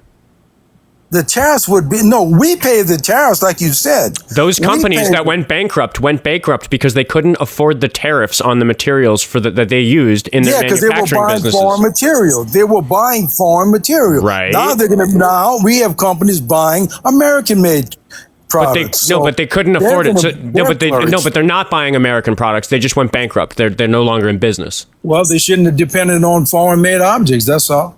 Do you think that we shouldn't use any foreign goods? We should use a lot less. Well, okay, here, I'll give you a very specific example. You know what lithium batteries are, right? Yeah. They're like the type of battery that gets used in like a smartphone or a car, like all this important new technology. I understand. Right. I'm just giving some background for the audience, maybe who doesn't know. So there are some precious metals that are in lithium batteries, not just the lithium themselves, but there's also things like cobalt and stuff like that. These like more exotic materials that are really difficult to find in America. We don't really have mines for cobalt here. You see why I'm bringing this up? Yeah, because Democrats don't want to dig it up. They made it illegal to dig up that stuff. No, I'm talking about an example where we just literally don't even have the resource that we need on American soil. We just don't have. The stuff is there. It's just illegal to dig it up. Nope. I will also point out that Biden expanded drilling to help the American economy. So you're just wrong about Democrats not wanting that. Well, but again, I didn't say drilling. You brought up drilling. I just brought that up as an aside, which I shouldn't have done because your attention span is too fragile for that. But I'll get back to my main point, which is that we literally do not have enough cobalt here to make the batteries. We just don't have it. Okay. I don't think you knew what cobalt was before this call. I think you're just making that up. Don't the Ukraine have some of those materials? Don't the Ukraine have that? Other places do. I don't know about Ukraine off the top of my head. Sure do. Why just get it from China? We could, but my point is, because we don't have it here, we have to get it from someone. We have to get it from some other place. Oh, well, right? I understand that. Okay. So should we tariff that country because people are buying foreign goods, or should we make those goods cheap so we can have better lithium batteries for our fancy electric cars that Elon Musk is making? We should tariff them when they tariff us. That doesn't answer my question. We should tariff them because they tariff us. In my example, I didn't mention any existing tariffs. You're just adding details and saying like how you would feel about your made up details. I'm just asking if we should tariff. I asked you if we should tariff. Okay, what I asked you is, should we tariff cobalt, even though we need it to make lithium batteries? Well, that would have to fall. You could probably make something special where you don't, but still in all. So you recognize that in the case of cobalt, because of all the totality of circumstances, it would be sensible to not tariff the shit out of the people. Right. I would agree with that, no doubt. Okay, all I'm arguing is that we should do that type of analysis for every good, instead of just blanket tariffing countries, which is bad for the economy. Donald Trump might have thrown a blanket, but he was gradually moving these tariffs around. You're making that up. He was using them as a negotiation tactic to get things he wanted from those countries. But this careful work of determining how valuable the good is to the American economy and tariffing it in a way that promotes the American economy, he's not doing that. The economist he was adjusting the tariffs. Yes, he was. As a negotiation tactic to get other things that he wanted from those countries, but he's not helping the American economy by doing that. He was adjusting the tariffs. He was doing that. He was doing that in order to strong arm those countries into doing what he wants at the expense of the quality of life of Americans, because he's hurting the economy by doing it that way. No, he was doing good. You need evidence. I've explained very clearly why I think it is the way that I think it is. Our economy doing great. Isn't our economy doing great right now? Aren't we exporting more energy now than ever before? The numbers get bigger generally because the world is growing and there's more people. It's like how there's more people employed under Donald Trump than anybody in history, and that's literally just because there are more Americans than there used to be. The unemployment rate is actually suffering under him. So no, dude, you're just what's the unemployment rate? I don't know off the top of my head right now, but it's like 4.2%. That's been low my whole life. That's been a low unemployment. Yeah, it is not terrible at the moment. That's true, but that's not always the best indicator anyway, because people are pretty fucking desperate for jobs right now because of the insane cost of living, because wages aren't keeping up with inflation. But it was kind of hard. Joe Biden's inflation did it. He had a couple years of 9%. Well, he had exactly 1 month of 9%, not a couple years. And that 1 month was a result of things that both Trump and Biden did because of COVID. Yeah. See, Biden's years average 6, so that means he had above 6. Yeah, there was a pandemic that really fucked up some of the numbers during Biden's term. Do you recognize that if there's a global pandemic? Thank you, Fauci. Thank you, Dr. Fauci. Excuse me. Okay, you do understand that if there's a giant global emergency, it is going to affect the numbers for the person who's president during and after that global emergency. Yeah, like right? when Donald Trump was president, right? Yeah. I mean, thanks to Fauci, your buddy Fauci. So let's just flip it on its head. Is Trump responsible for the 14% unemployment during his first term? No, he didn't shut. No, the Democrats are shutting off. Worst unemployment since we started tracking unemployment. That happened during his term. Is he responsible for that? New York and California were shutting their docks down. It's all blue areas shutting down the country with their docks, keeping things from coming in and out. So they shut the economy down. So it's just somebody else's fault, even though it happened during his term, but it's Biden's fault, even though those things happened. They're the ones that did it. Because they're the ones that did it. All right, I'm gonna say, like, if you're just gonna say it's the Democrats' fault if it's bad and it's the Republicans' fault if it's good, there's no argument here. I am just gonna ask the chat, keep or kick, because there's no point in talking to you. You're not listening. Okay. It's been fun. I've gotten some good Instagram clips, but this wasn't a fucking conversation. Didn't they shut their dogs down? Didn't New York shut their dogs down? California? No, you're not. If you're not willing to recognize that you're just the chat's saying. But I'm telling the truth. I'm telling the truth. Yeah, there's just no point. He's just, the Democrats should be prepared. Those are Democrats. That's his answer. Trust me, bro. It's the Democrats who did it. Jesse sent me $10 on Venmo and said immigrants pay 100 to 200 billion in taxes, though. Yeah, Jesse knows how to Google. Look at that. Thank you so much. I really do appreciate it. Seriously, guys, link tree in my bio to support me for free by following me on the other platforms. And you can also send me money or like be a member or like send me gifts or get a shout out. Oh my God. Vic sent me $3 on YouTube Super Chat and said, kick, please, for God's sake. So yeah, I think I'd already kicked him by the time that happened. But yeah, supporting the show directly, means that I get to do this because this is my full-time job now. I'm waiting. I'm going to have a big chat about quitting my job after I have my last day. But I have quit my job. My last day is next week, or the week after next week. This coming week, Wednesday and Thursday, the shows are going to be in the afternoon instead of the morning. I'll keep that updated in the TikTok bio. So keep an eye out for that. I'll be pushing posts on YouTube to remind you guys as well, because I'm live on YouTube now. Hello, everybody over on YouTube on the right side of my screen. Hi, everyone. Yeah, anyway, it's the donations and stuff make it so that I get to like do this full time, which is crazy because I started in February. Crazy. I have 61,000 Instagram followers. I had 500 in January, and it was from like being a musician. Like I didn't even start making content until like January. Anyway, thanks everybody. We're gonna talk to Hira Meat. Hira Meat. How old are you? I have 2 questions and 1 correction from your previous argument. Really quick. I am under 18 though, so goodbye. Sorry, no, he could have gotten away with it too if it weren't for him being a meddling kid. No, you can't be on the show unless you're 18. That's TikTok TOS. I gotta be mega strict about that.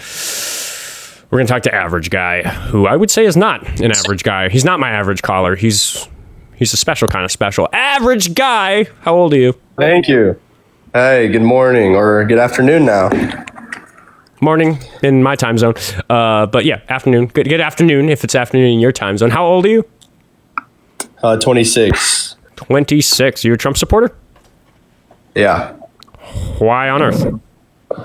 Well, I was catching the butt end of that last conversation, and I think what Americans were pissed off about was that not blaming the entire pandemic on Biden. It was blaming his handling where he did have a little bit of discretion. Like, for example, the out of control spending, or also the lack of control at the southern border ended up being one of his biggest issues running for re-election.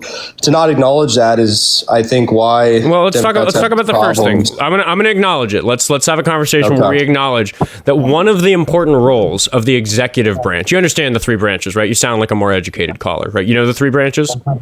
Yeah. Okay, you want me to say them? I'd love for you to say them. It gives you credibility with my audience if you say them. Judicial, executive, and legislative. Yeah. Okay. So one of the things that is the role of any executive branch, like if I was designing a company or something, you might have a chief executive officer. One of the things that's important about the executive branch is that it works very quickly. Congress is real slow. We're learning right now that Supreme Court cases are real slow. So when you have a fucking emergency and people are dying... Sorry, I gotta dip. I thought I had more time than this. Okay, well, I'll answer your question so you can watch it later. I'll answer your topic. I kicked him. I'll really quick thank Michael, who sent me $25 on Cash App and said, for cooking them. Thank you so much, Michael. I really do appreciate it. I will buy groceries with that money.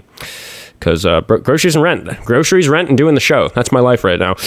It's awesome. Anyway, yeah, so one of the reasons we give executive power to the president is so that they can handle emergencies. If there's a war or a hurricane or like something crazy like that, like Congress is too fucking slow. Supreme Court's too fucking slow. So you need to be able to just work quickly to get a solution pushed. And we have to elect somebody who's going to do that responsibly. And the president not following the Constitution is bad. So Trump and Biden both did very expensive things that we knew were going to cause inflation. They both sent out stimulus, and stimulus causes rampant inflation. But stimulus was better during COVID. It was worth it for the inflation that came because it stopped people from getting evicted. It stopped kids from being hungry.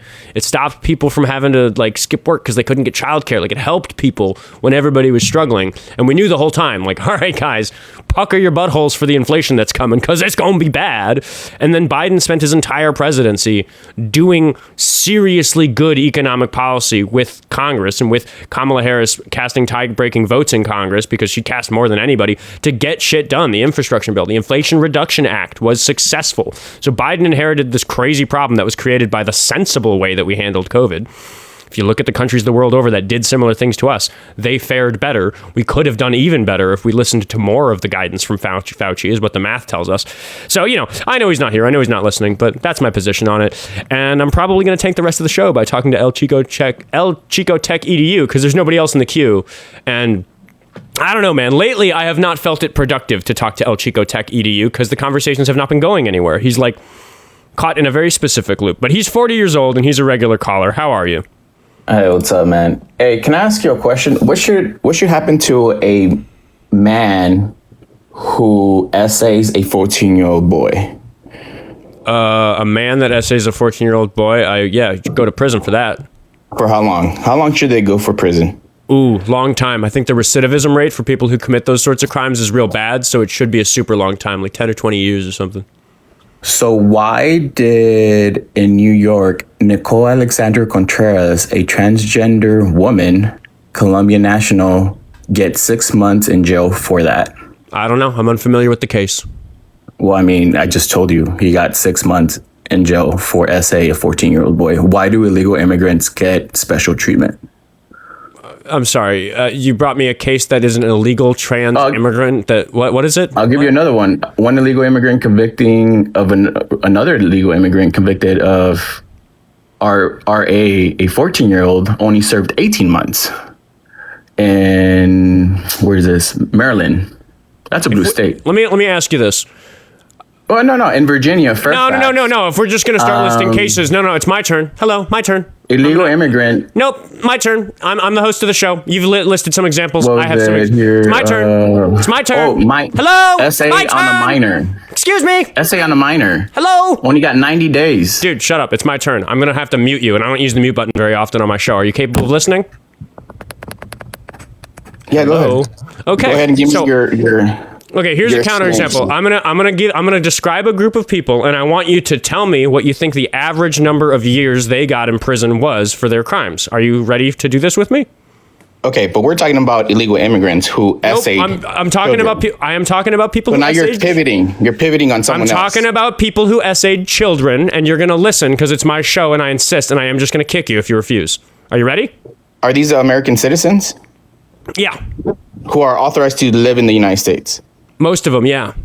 Okay, I'm talking about illegal immigrants who are committing crimes. Okay, and again, I am just exercising the authority of the seat of the executive branch of the Oskar Quentin debate live show, and I'm saying that you're going to listen to what I have to say and tell me what you think about it. Are you ready, or are we going to waste more time talking about it? I don't like this meta discourse. It's bad for the listening.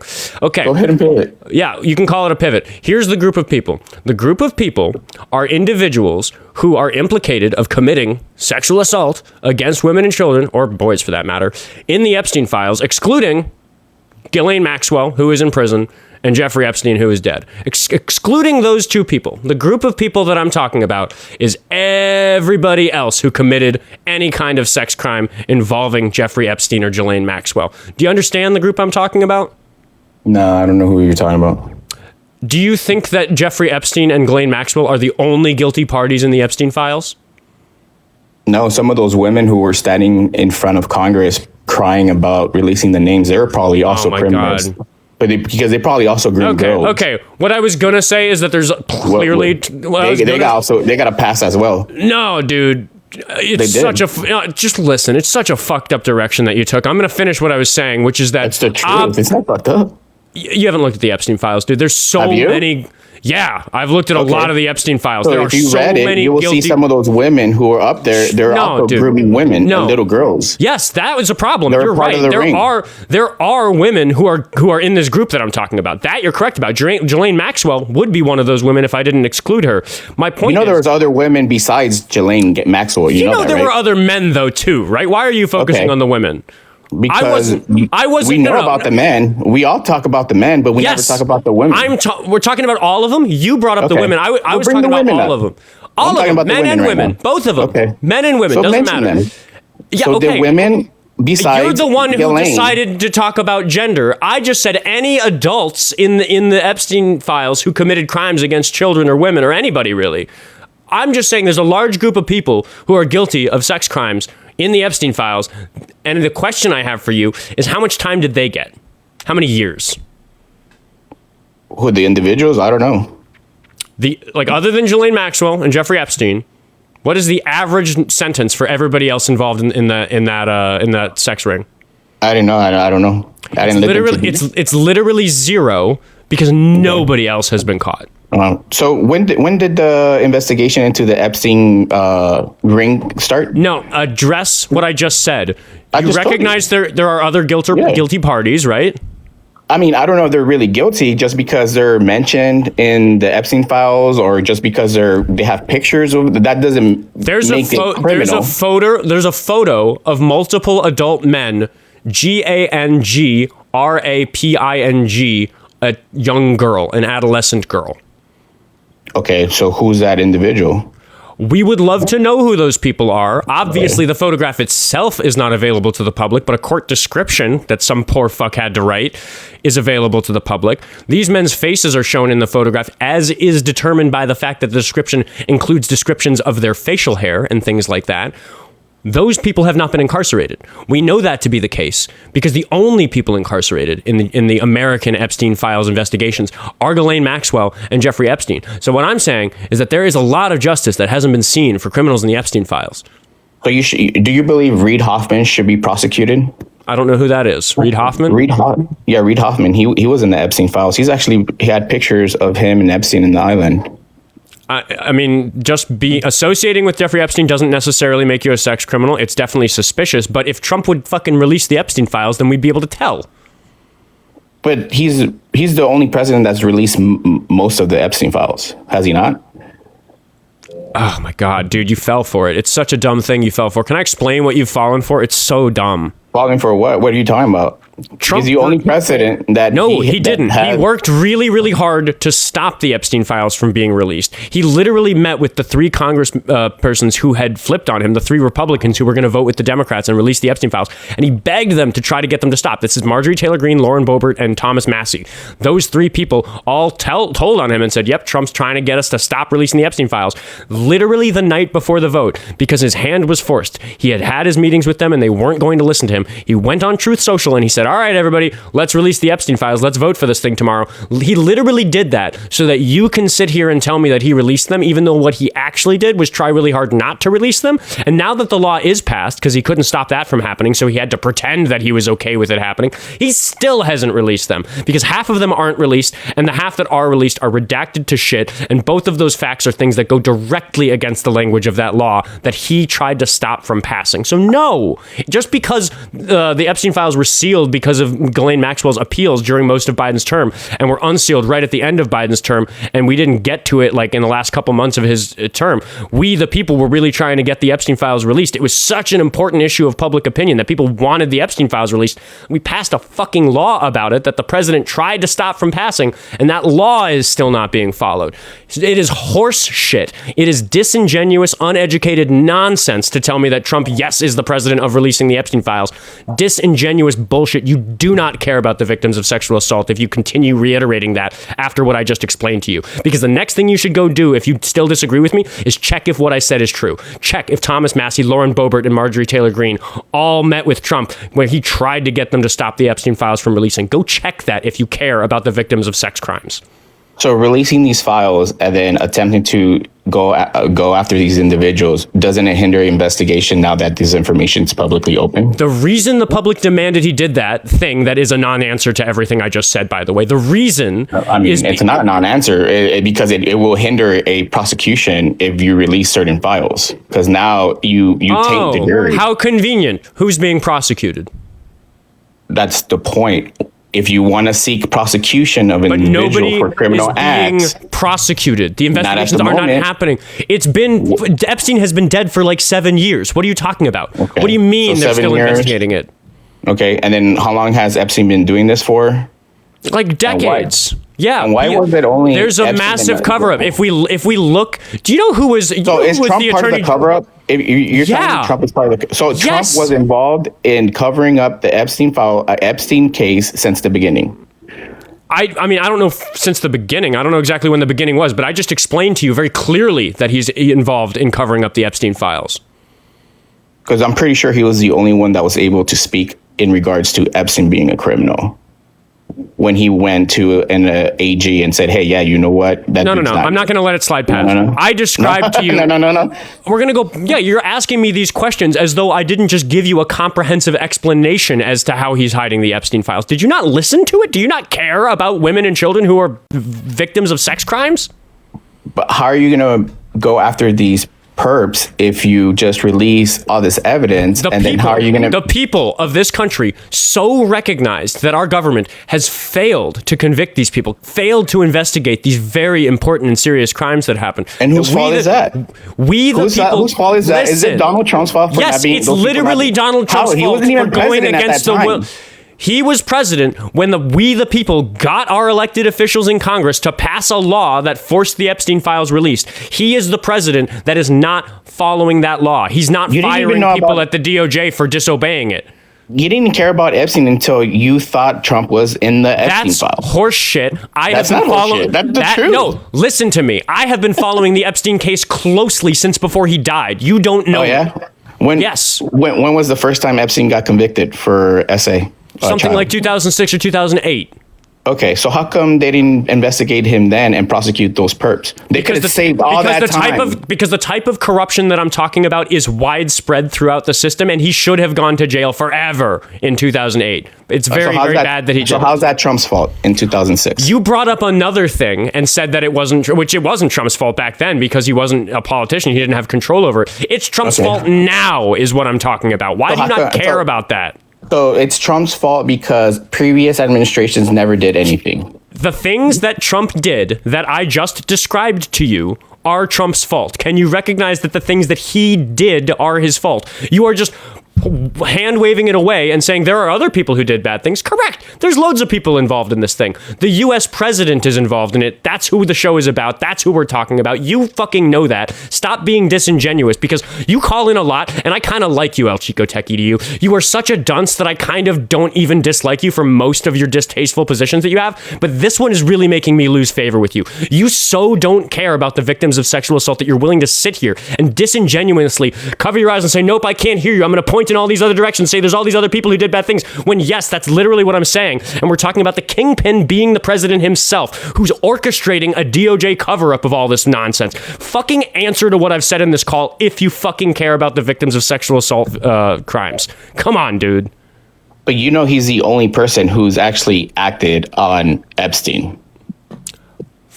Epstein is fucking dead, and we are talking about hiding the evidence of the other people involved in his crimes. In general.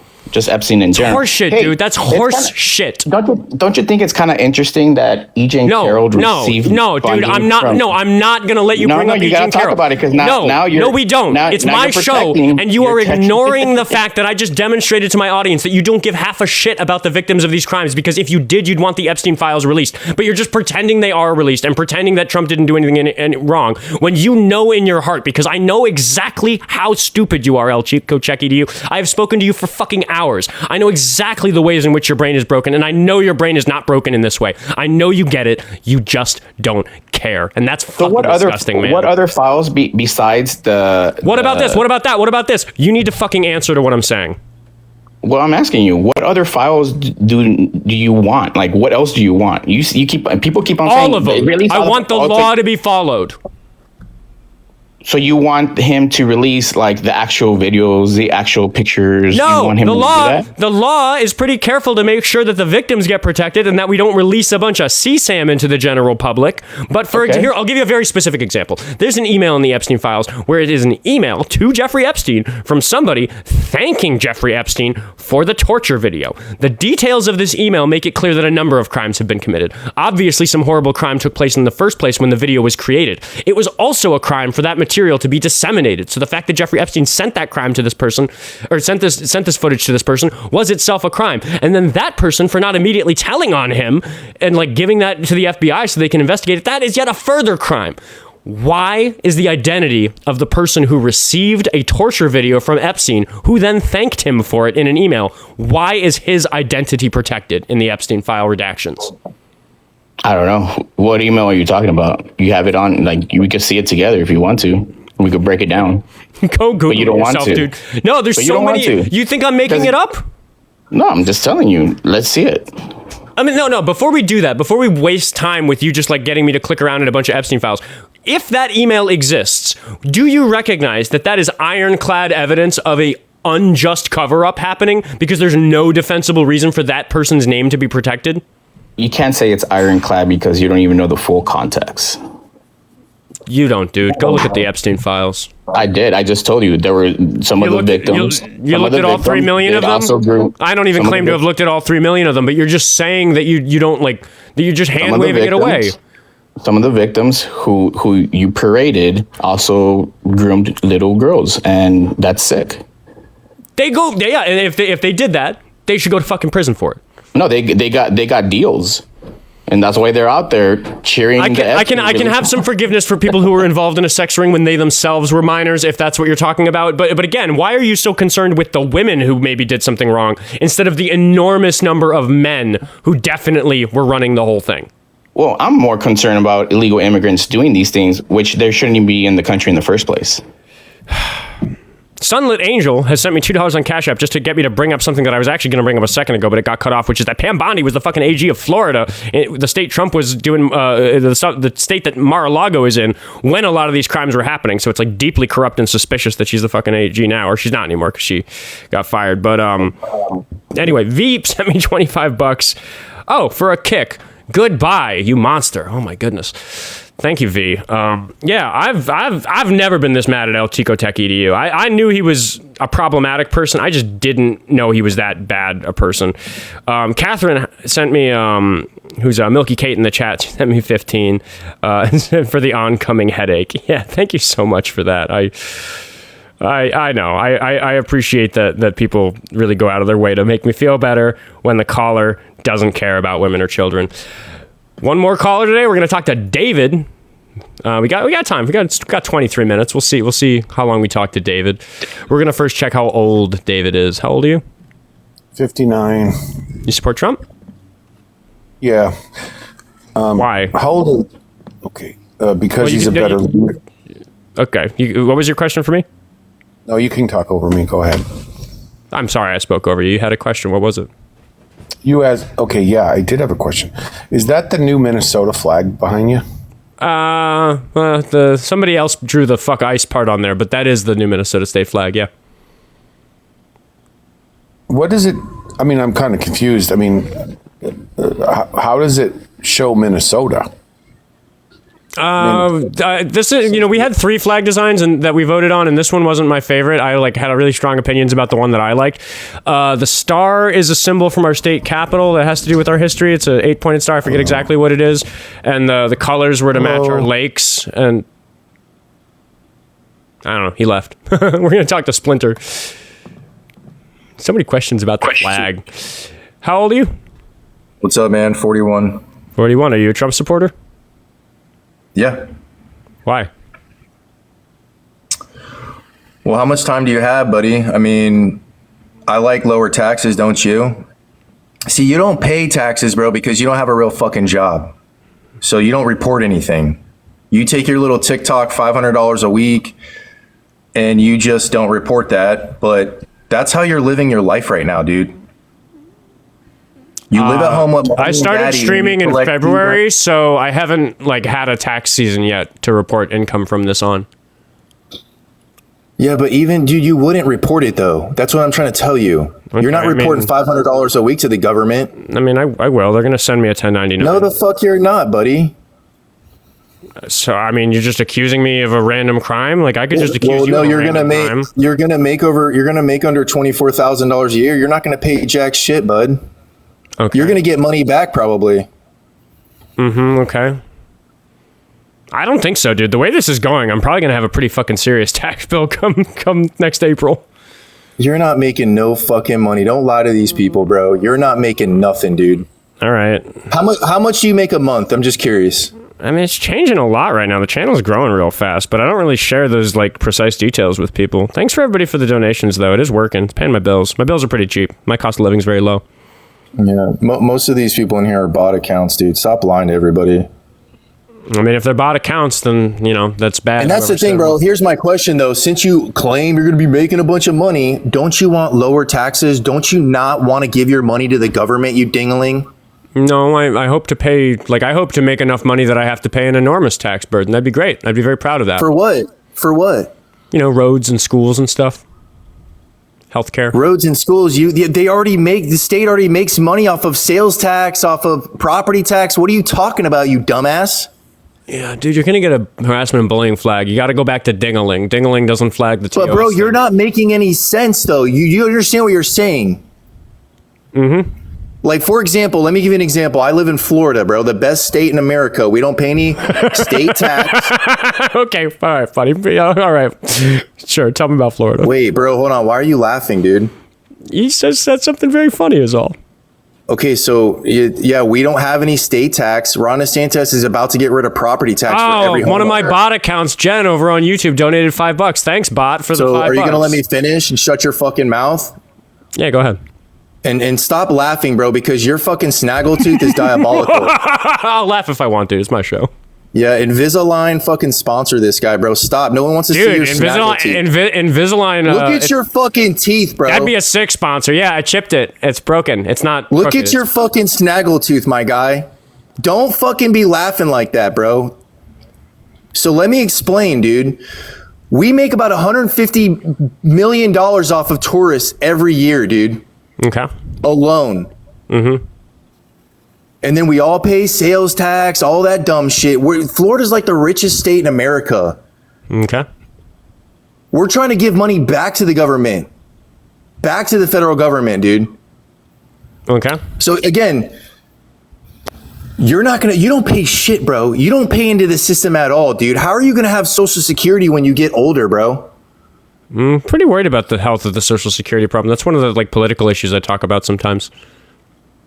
Well, I mean, don't they say we only have 10 years left of funds for Social Security recipients? Not at current rates, but it's difficult to make longitudinal predictions about those sort of complicated systems. We should just be concerned about it. That's a pretty short fuse on making sure that the program stays funded. I think we should try to get that out to 20 or 30 years using some federal policy. Thank you, Melanie, for the $5. Appreciate you so much. What's the message? Hold on, let me read this message from Melanie because it's way more interesting to me than anything you have to say. She's calling you a crybaby. So yeah. Okay, congratulations. Yeah, how about if we got rid of all the fraud, we could fund all the Social Security recipients and pay them even more money. Yeah, I'm glad that the government here in Minnesota is working on catching some of those fraudsters because that will alleviate the tax burden some. You're correct. Good job, Walls. No. Hey, do you remember did they raid the Leering Center like 3 weeks ago in Minnesota? I don't happen to know if the learning center that had the typo on their sign. Can you just, you're on your computer right now, right? Can you type in FBI raid Leering Center? Can you do that for everybody in the chat? I'll finish my sentence, which is that I don't happen to know. Yeah, you don't want to do it. You don't want to do it, bud. I'll finish my sentence, which is that I don't know off the top of my head if that particular daycare center was raided. They did, bud. They did get raided. I'll believe you. I mean, they raided 15 daycares, so sure, if that was one of them. What's your point? Well, what's my point is you guys said the fucking fraud was fake and it was made up and we were just making shit up. And it's not made up, bud. Yeah, you do. Yeah, you did. Yeah, you did. I have clips of you saying that, dude. I've recorded you many times. I mean, every second of this show's on YouTube, so people can go find it themselves. I think that Nick Shirley did some bad journalism. I've said that, but I've never said that the fraud problem is bad journalism, dude. He went to California. Did you watch the one when he went to California with that lady? She had documents and everything. These people were already convicted of fraud and still receiving the money, dude.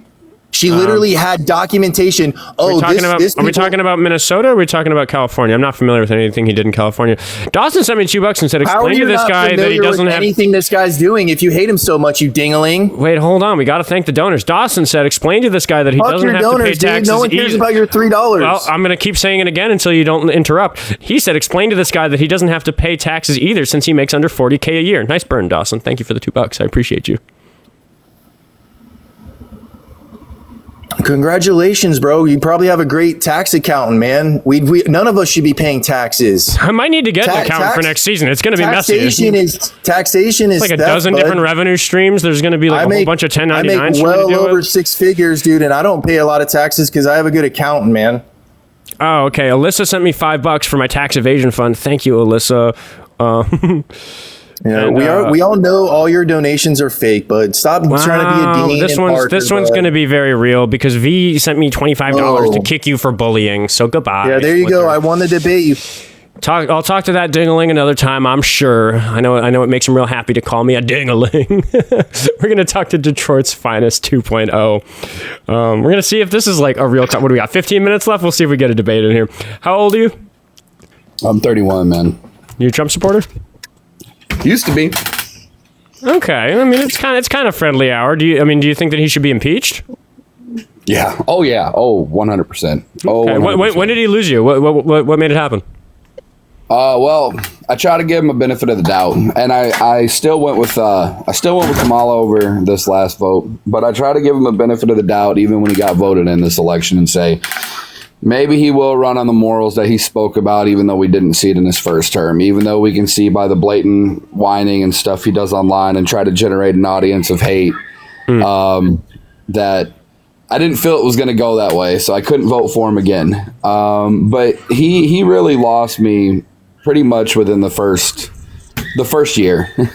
All of the promises to reduce the energy cost by more than anyone's ever done, the gas, groceries, that was square one, but now even more so with this whole situation in Iran. I don't know how many more ceasefires and negotiations we're going to have, but I think we've made peace with Iran. I think we know a lot of those negotiations are going to happen on Friday, right after market close, right? Oh, yeah. And that's another thing. I mean, the inside trading, which is illegal for the president to do, by the way. There was just a whole thing where he put like $5 million in Adele, and then I guess they moved a big chunk of it over to China. And I'm like, yeah, it's so funny. For a guy who wants to bring American jobs back, he's certainly doing a terrible job at it. Yeah. But yeah. I mean, that all sounds very sensible, because one of the big things I push on this show is that we can disagree in the way that maybe Republicans and Democrats used to disagree. We might disagree about tax policy. We might disagree about what to spend federal money on. We can disagree about how broken the education system is. We might disagree about some LGBTQ rights. These are all things I care dearly about, and I really can get into a pretty heated debate about those individual topics.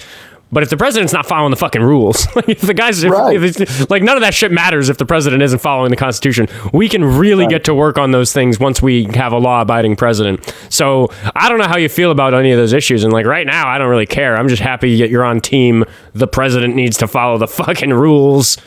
Well, I'll tell you, I've always focused myself on what somebody identifies as, who they decide they want to be in bed with, all of those things. That is so superficial to me because it's not impacting my life. I don't care what you do. Make yourself happy as long as you're not a criminal or being some terrible human being.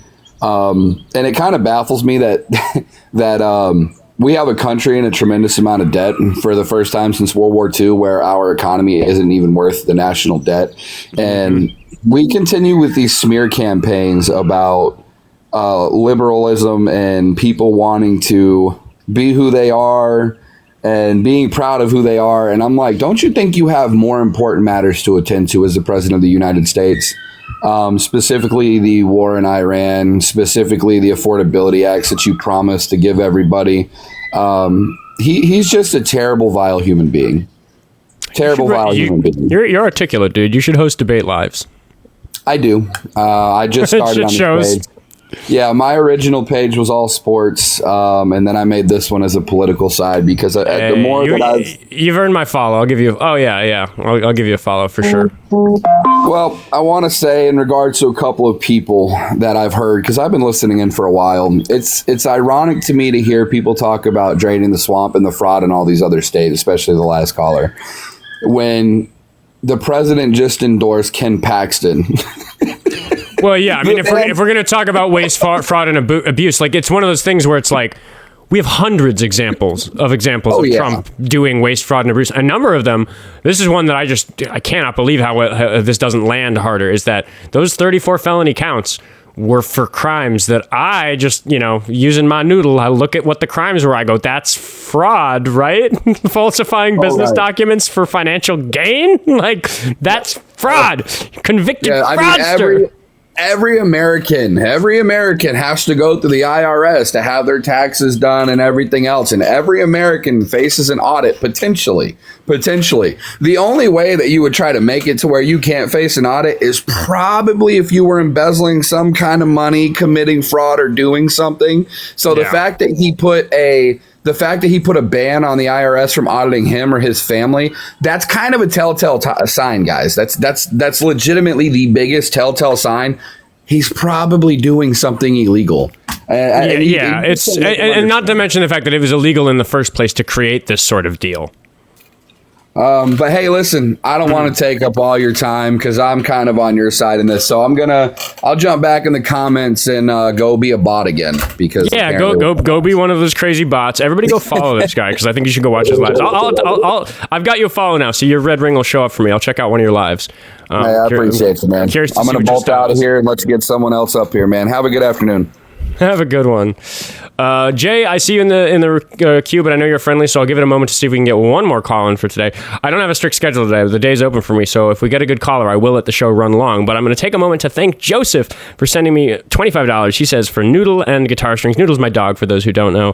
And I do spend a lot of money on guitar strings these days because it's like the sort of thing where like being a working musician is like picks and strings and just like every now and then you need a new cable or something like gaff tape. There's just like all this nonsense that's very expensive being a musician. It really eats up a bunch of the profit.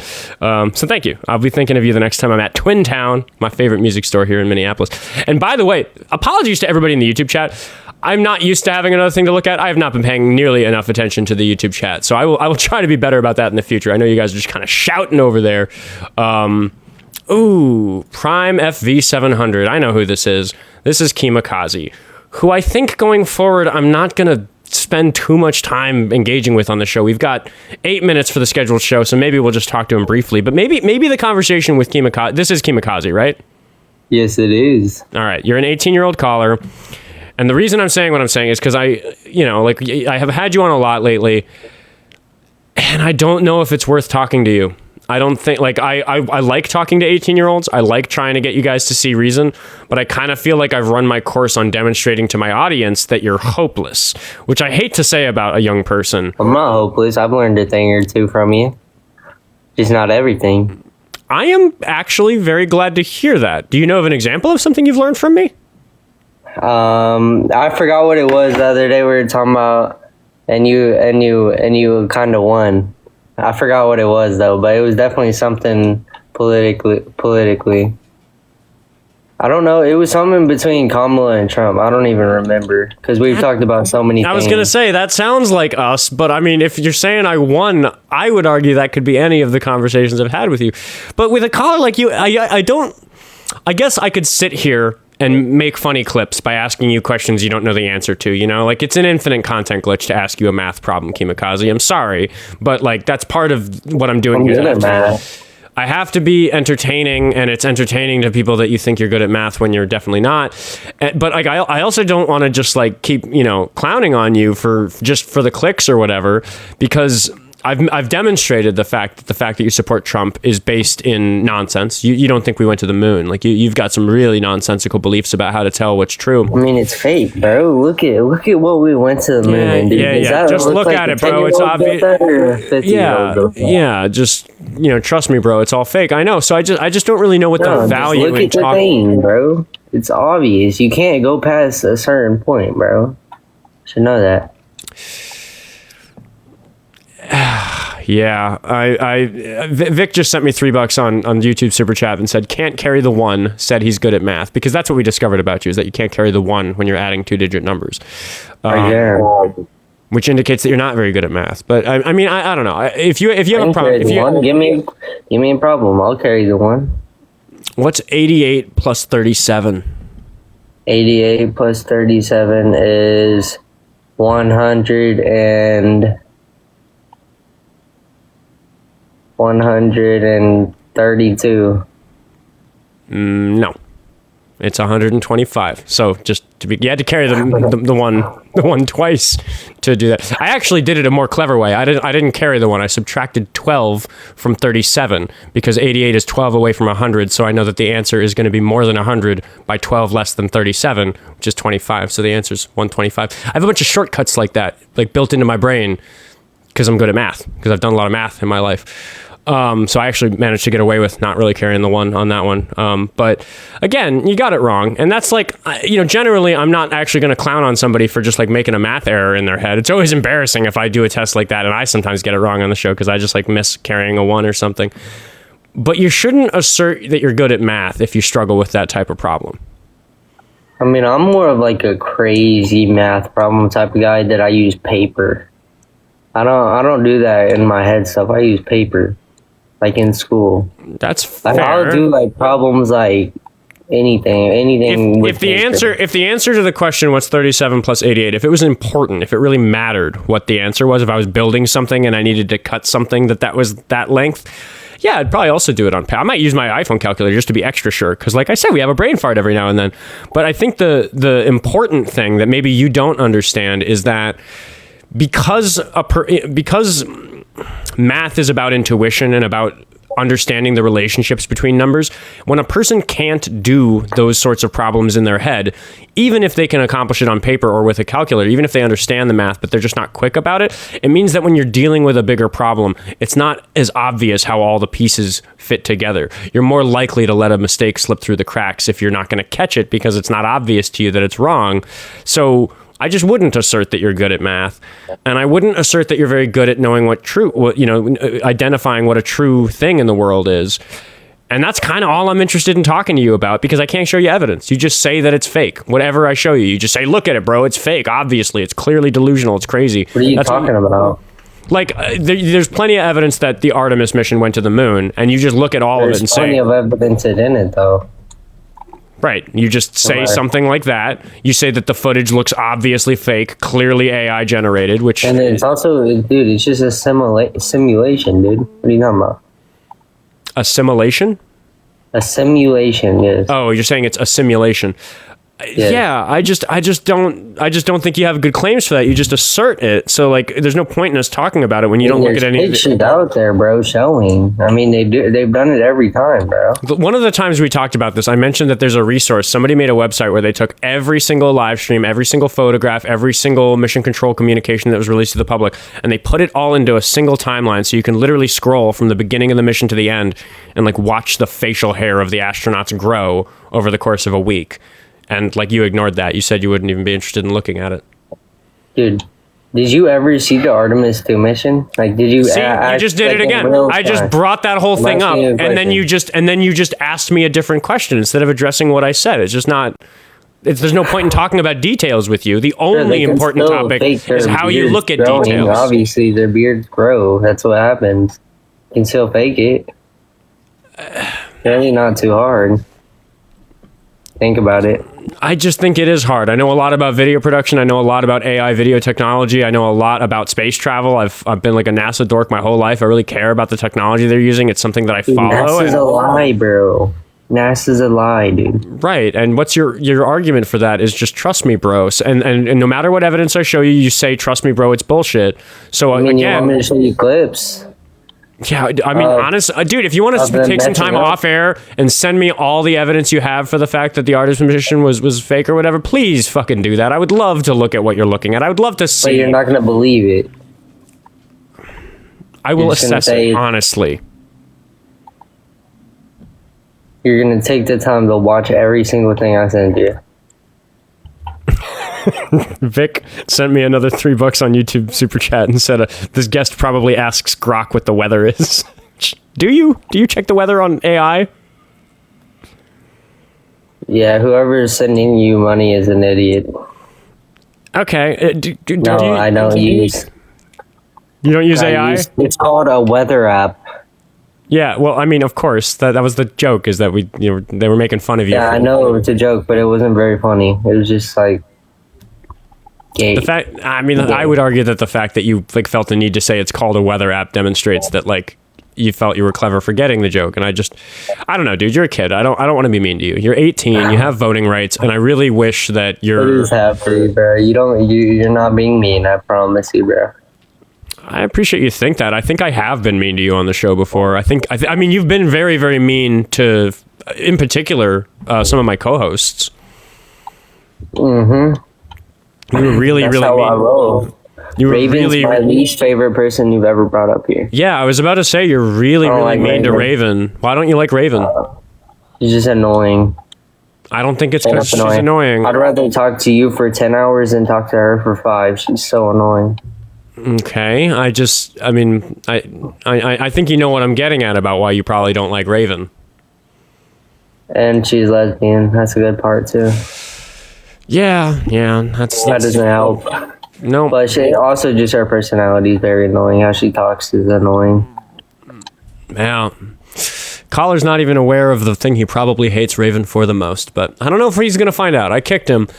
I don't think it's worth my time to talk to keemokazi anymore. I think I've, like the show goes through phases. There's like chat in the YouTube comments. Hello, everybody on YouTube, about like how I've been like really angry this week, which I have. I think it's just been a string of episodes that have like tested my patience in a way where like I feel okay kind of hamming up the like performative like Oscar's pissed part of the show.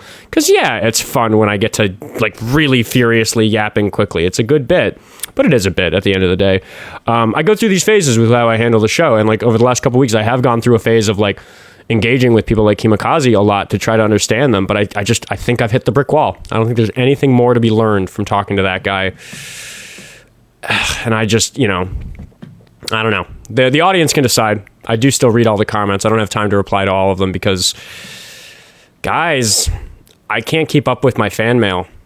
Like, message me on Instagram. That's like a quick way to just like actually like I see all of those like usually within an hour or so of them being sent because that's like my main social media message box. But like, I feel so bad. I can't like everybody writes me these nice messages and I can't like take it in and like write a little paragraph back. I've been trying, but I know I just know I gotta respect my own time at the end of the day. It's a good problem to not be able to keep up with your fan mail.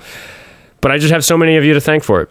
There's 61,000 of you on Instagram. There's 23,000 of you on Facebook. There's the 9,000 of you on TikTok and only 2,000 of you on YouTube. But you guys are super dedicated. My views over there are incredible, which is why all the platforms are monetized. And it's why I got to quit my jobs to run the show. So if you want to support that endeavor, you can follow me on the other platforms. We're going to the link tree in my bio. Those are the 4 platforms I'm on that I just mentioned. And you can send money to my Venmo, Cash App, Buy Me a Coffee, or Patreon. And it just means I get to keep doing this. It's like a very, very big deal that I was living a pretty difficult, hustling life of trying to work a bunch of jobs to like pay for my cheap cost of living. And I just don't have to do that anymore. All I have to do is this show. One of my jobs I'm keeping because I love it. I'm still a musician. I still have a bunch of like gigs and production work I do in the comedy scene here in Minneapolis, and that's exciting. But like I've kind of got my free time back. I'm practicing music a lot more because, you know, I ran this show full time while working for like a month and a half, and that was really grueling. Because the math said that if I did that, I'd be able to do it full time when I was done, and that was a success. So I have all of you to thank for the fact that I get to just sit here and do this every day. So I'm going to hit the end stream button, which means the real part of my workday begins. It's time to edit all those clips for the socials. So I'll see you guys tomorrow at 10 to 12 Central Standard Time. Keep an eye on the bio for updated times for the live stream, which is now on both TikTok and YouTube. How's it going over on YouTube? It's good, right? Is video quality good? Like everything's working? Seems to be working. Hello, everybody. I'll try to pay better attention to the YouTube chat going forward. I've got both open now, and I kind of forgot to pay it attention, but the workload has increased. It'll decrease. At least it'll feel like a decrease once I get better at managing both. The YouTube chat is happy. It's been good. Hopefully the VOD is good. And now I don't have to edit the VOD. Wouldn't that be sick? We'll see. I'll see you guys tomorrow at 10 a.m. Central Standard Time right here on TikTok and YouTube Live. Have a good day, everyone.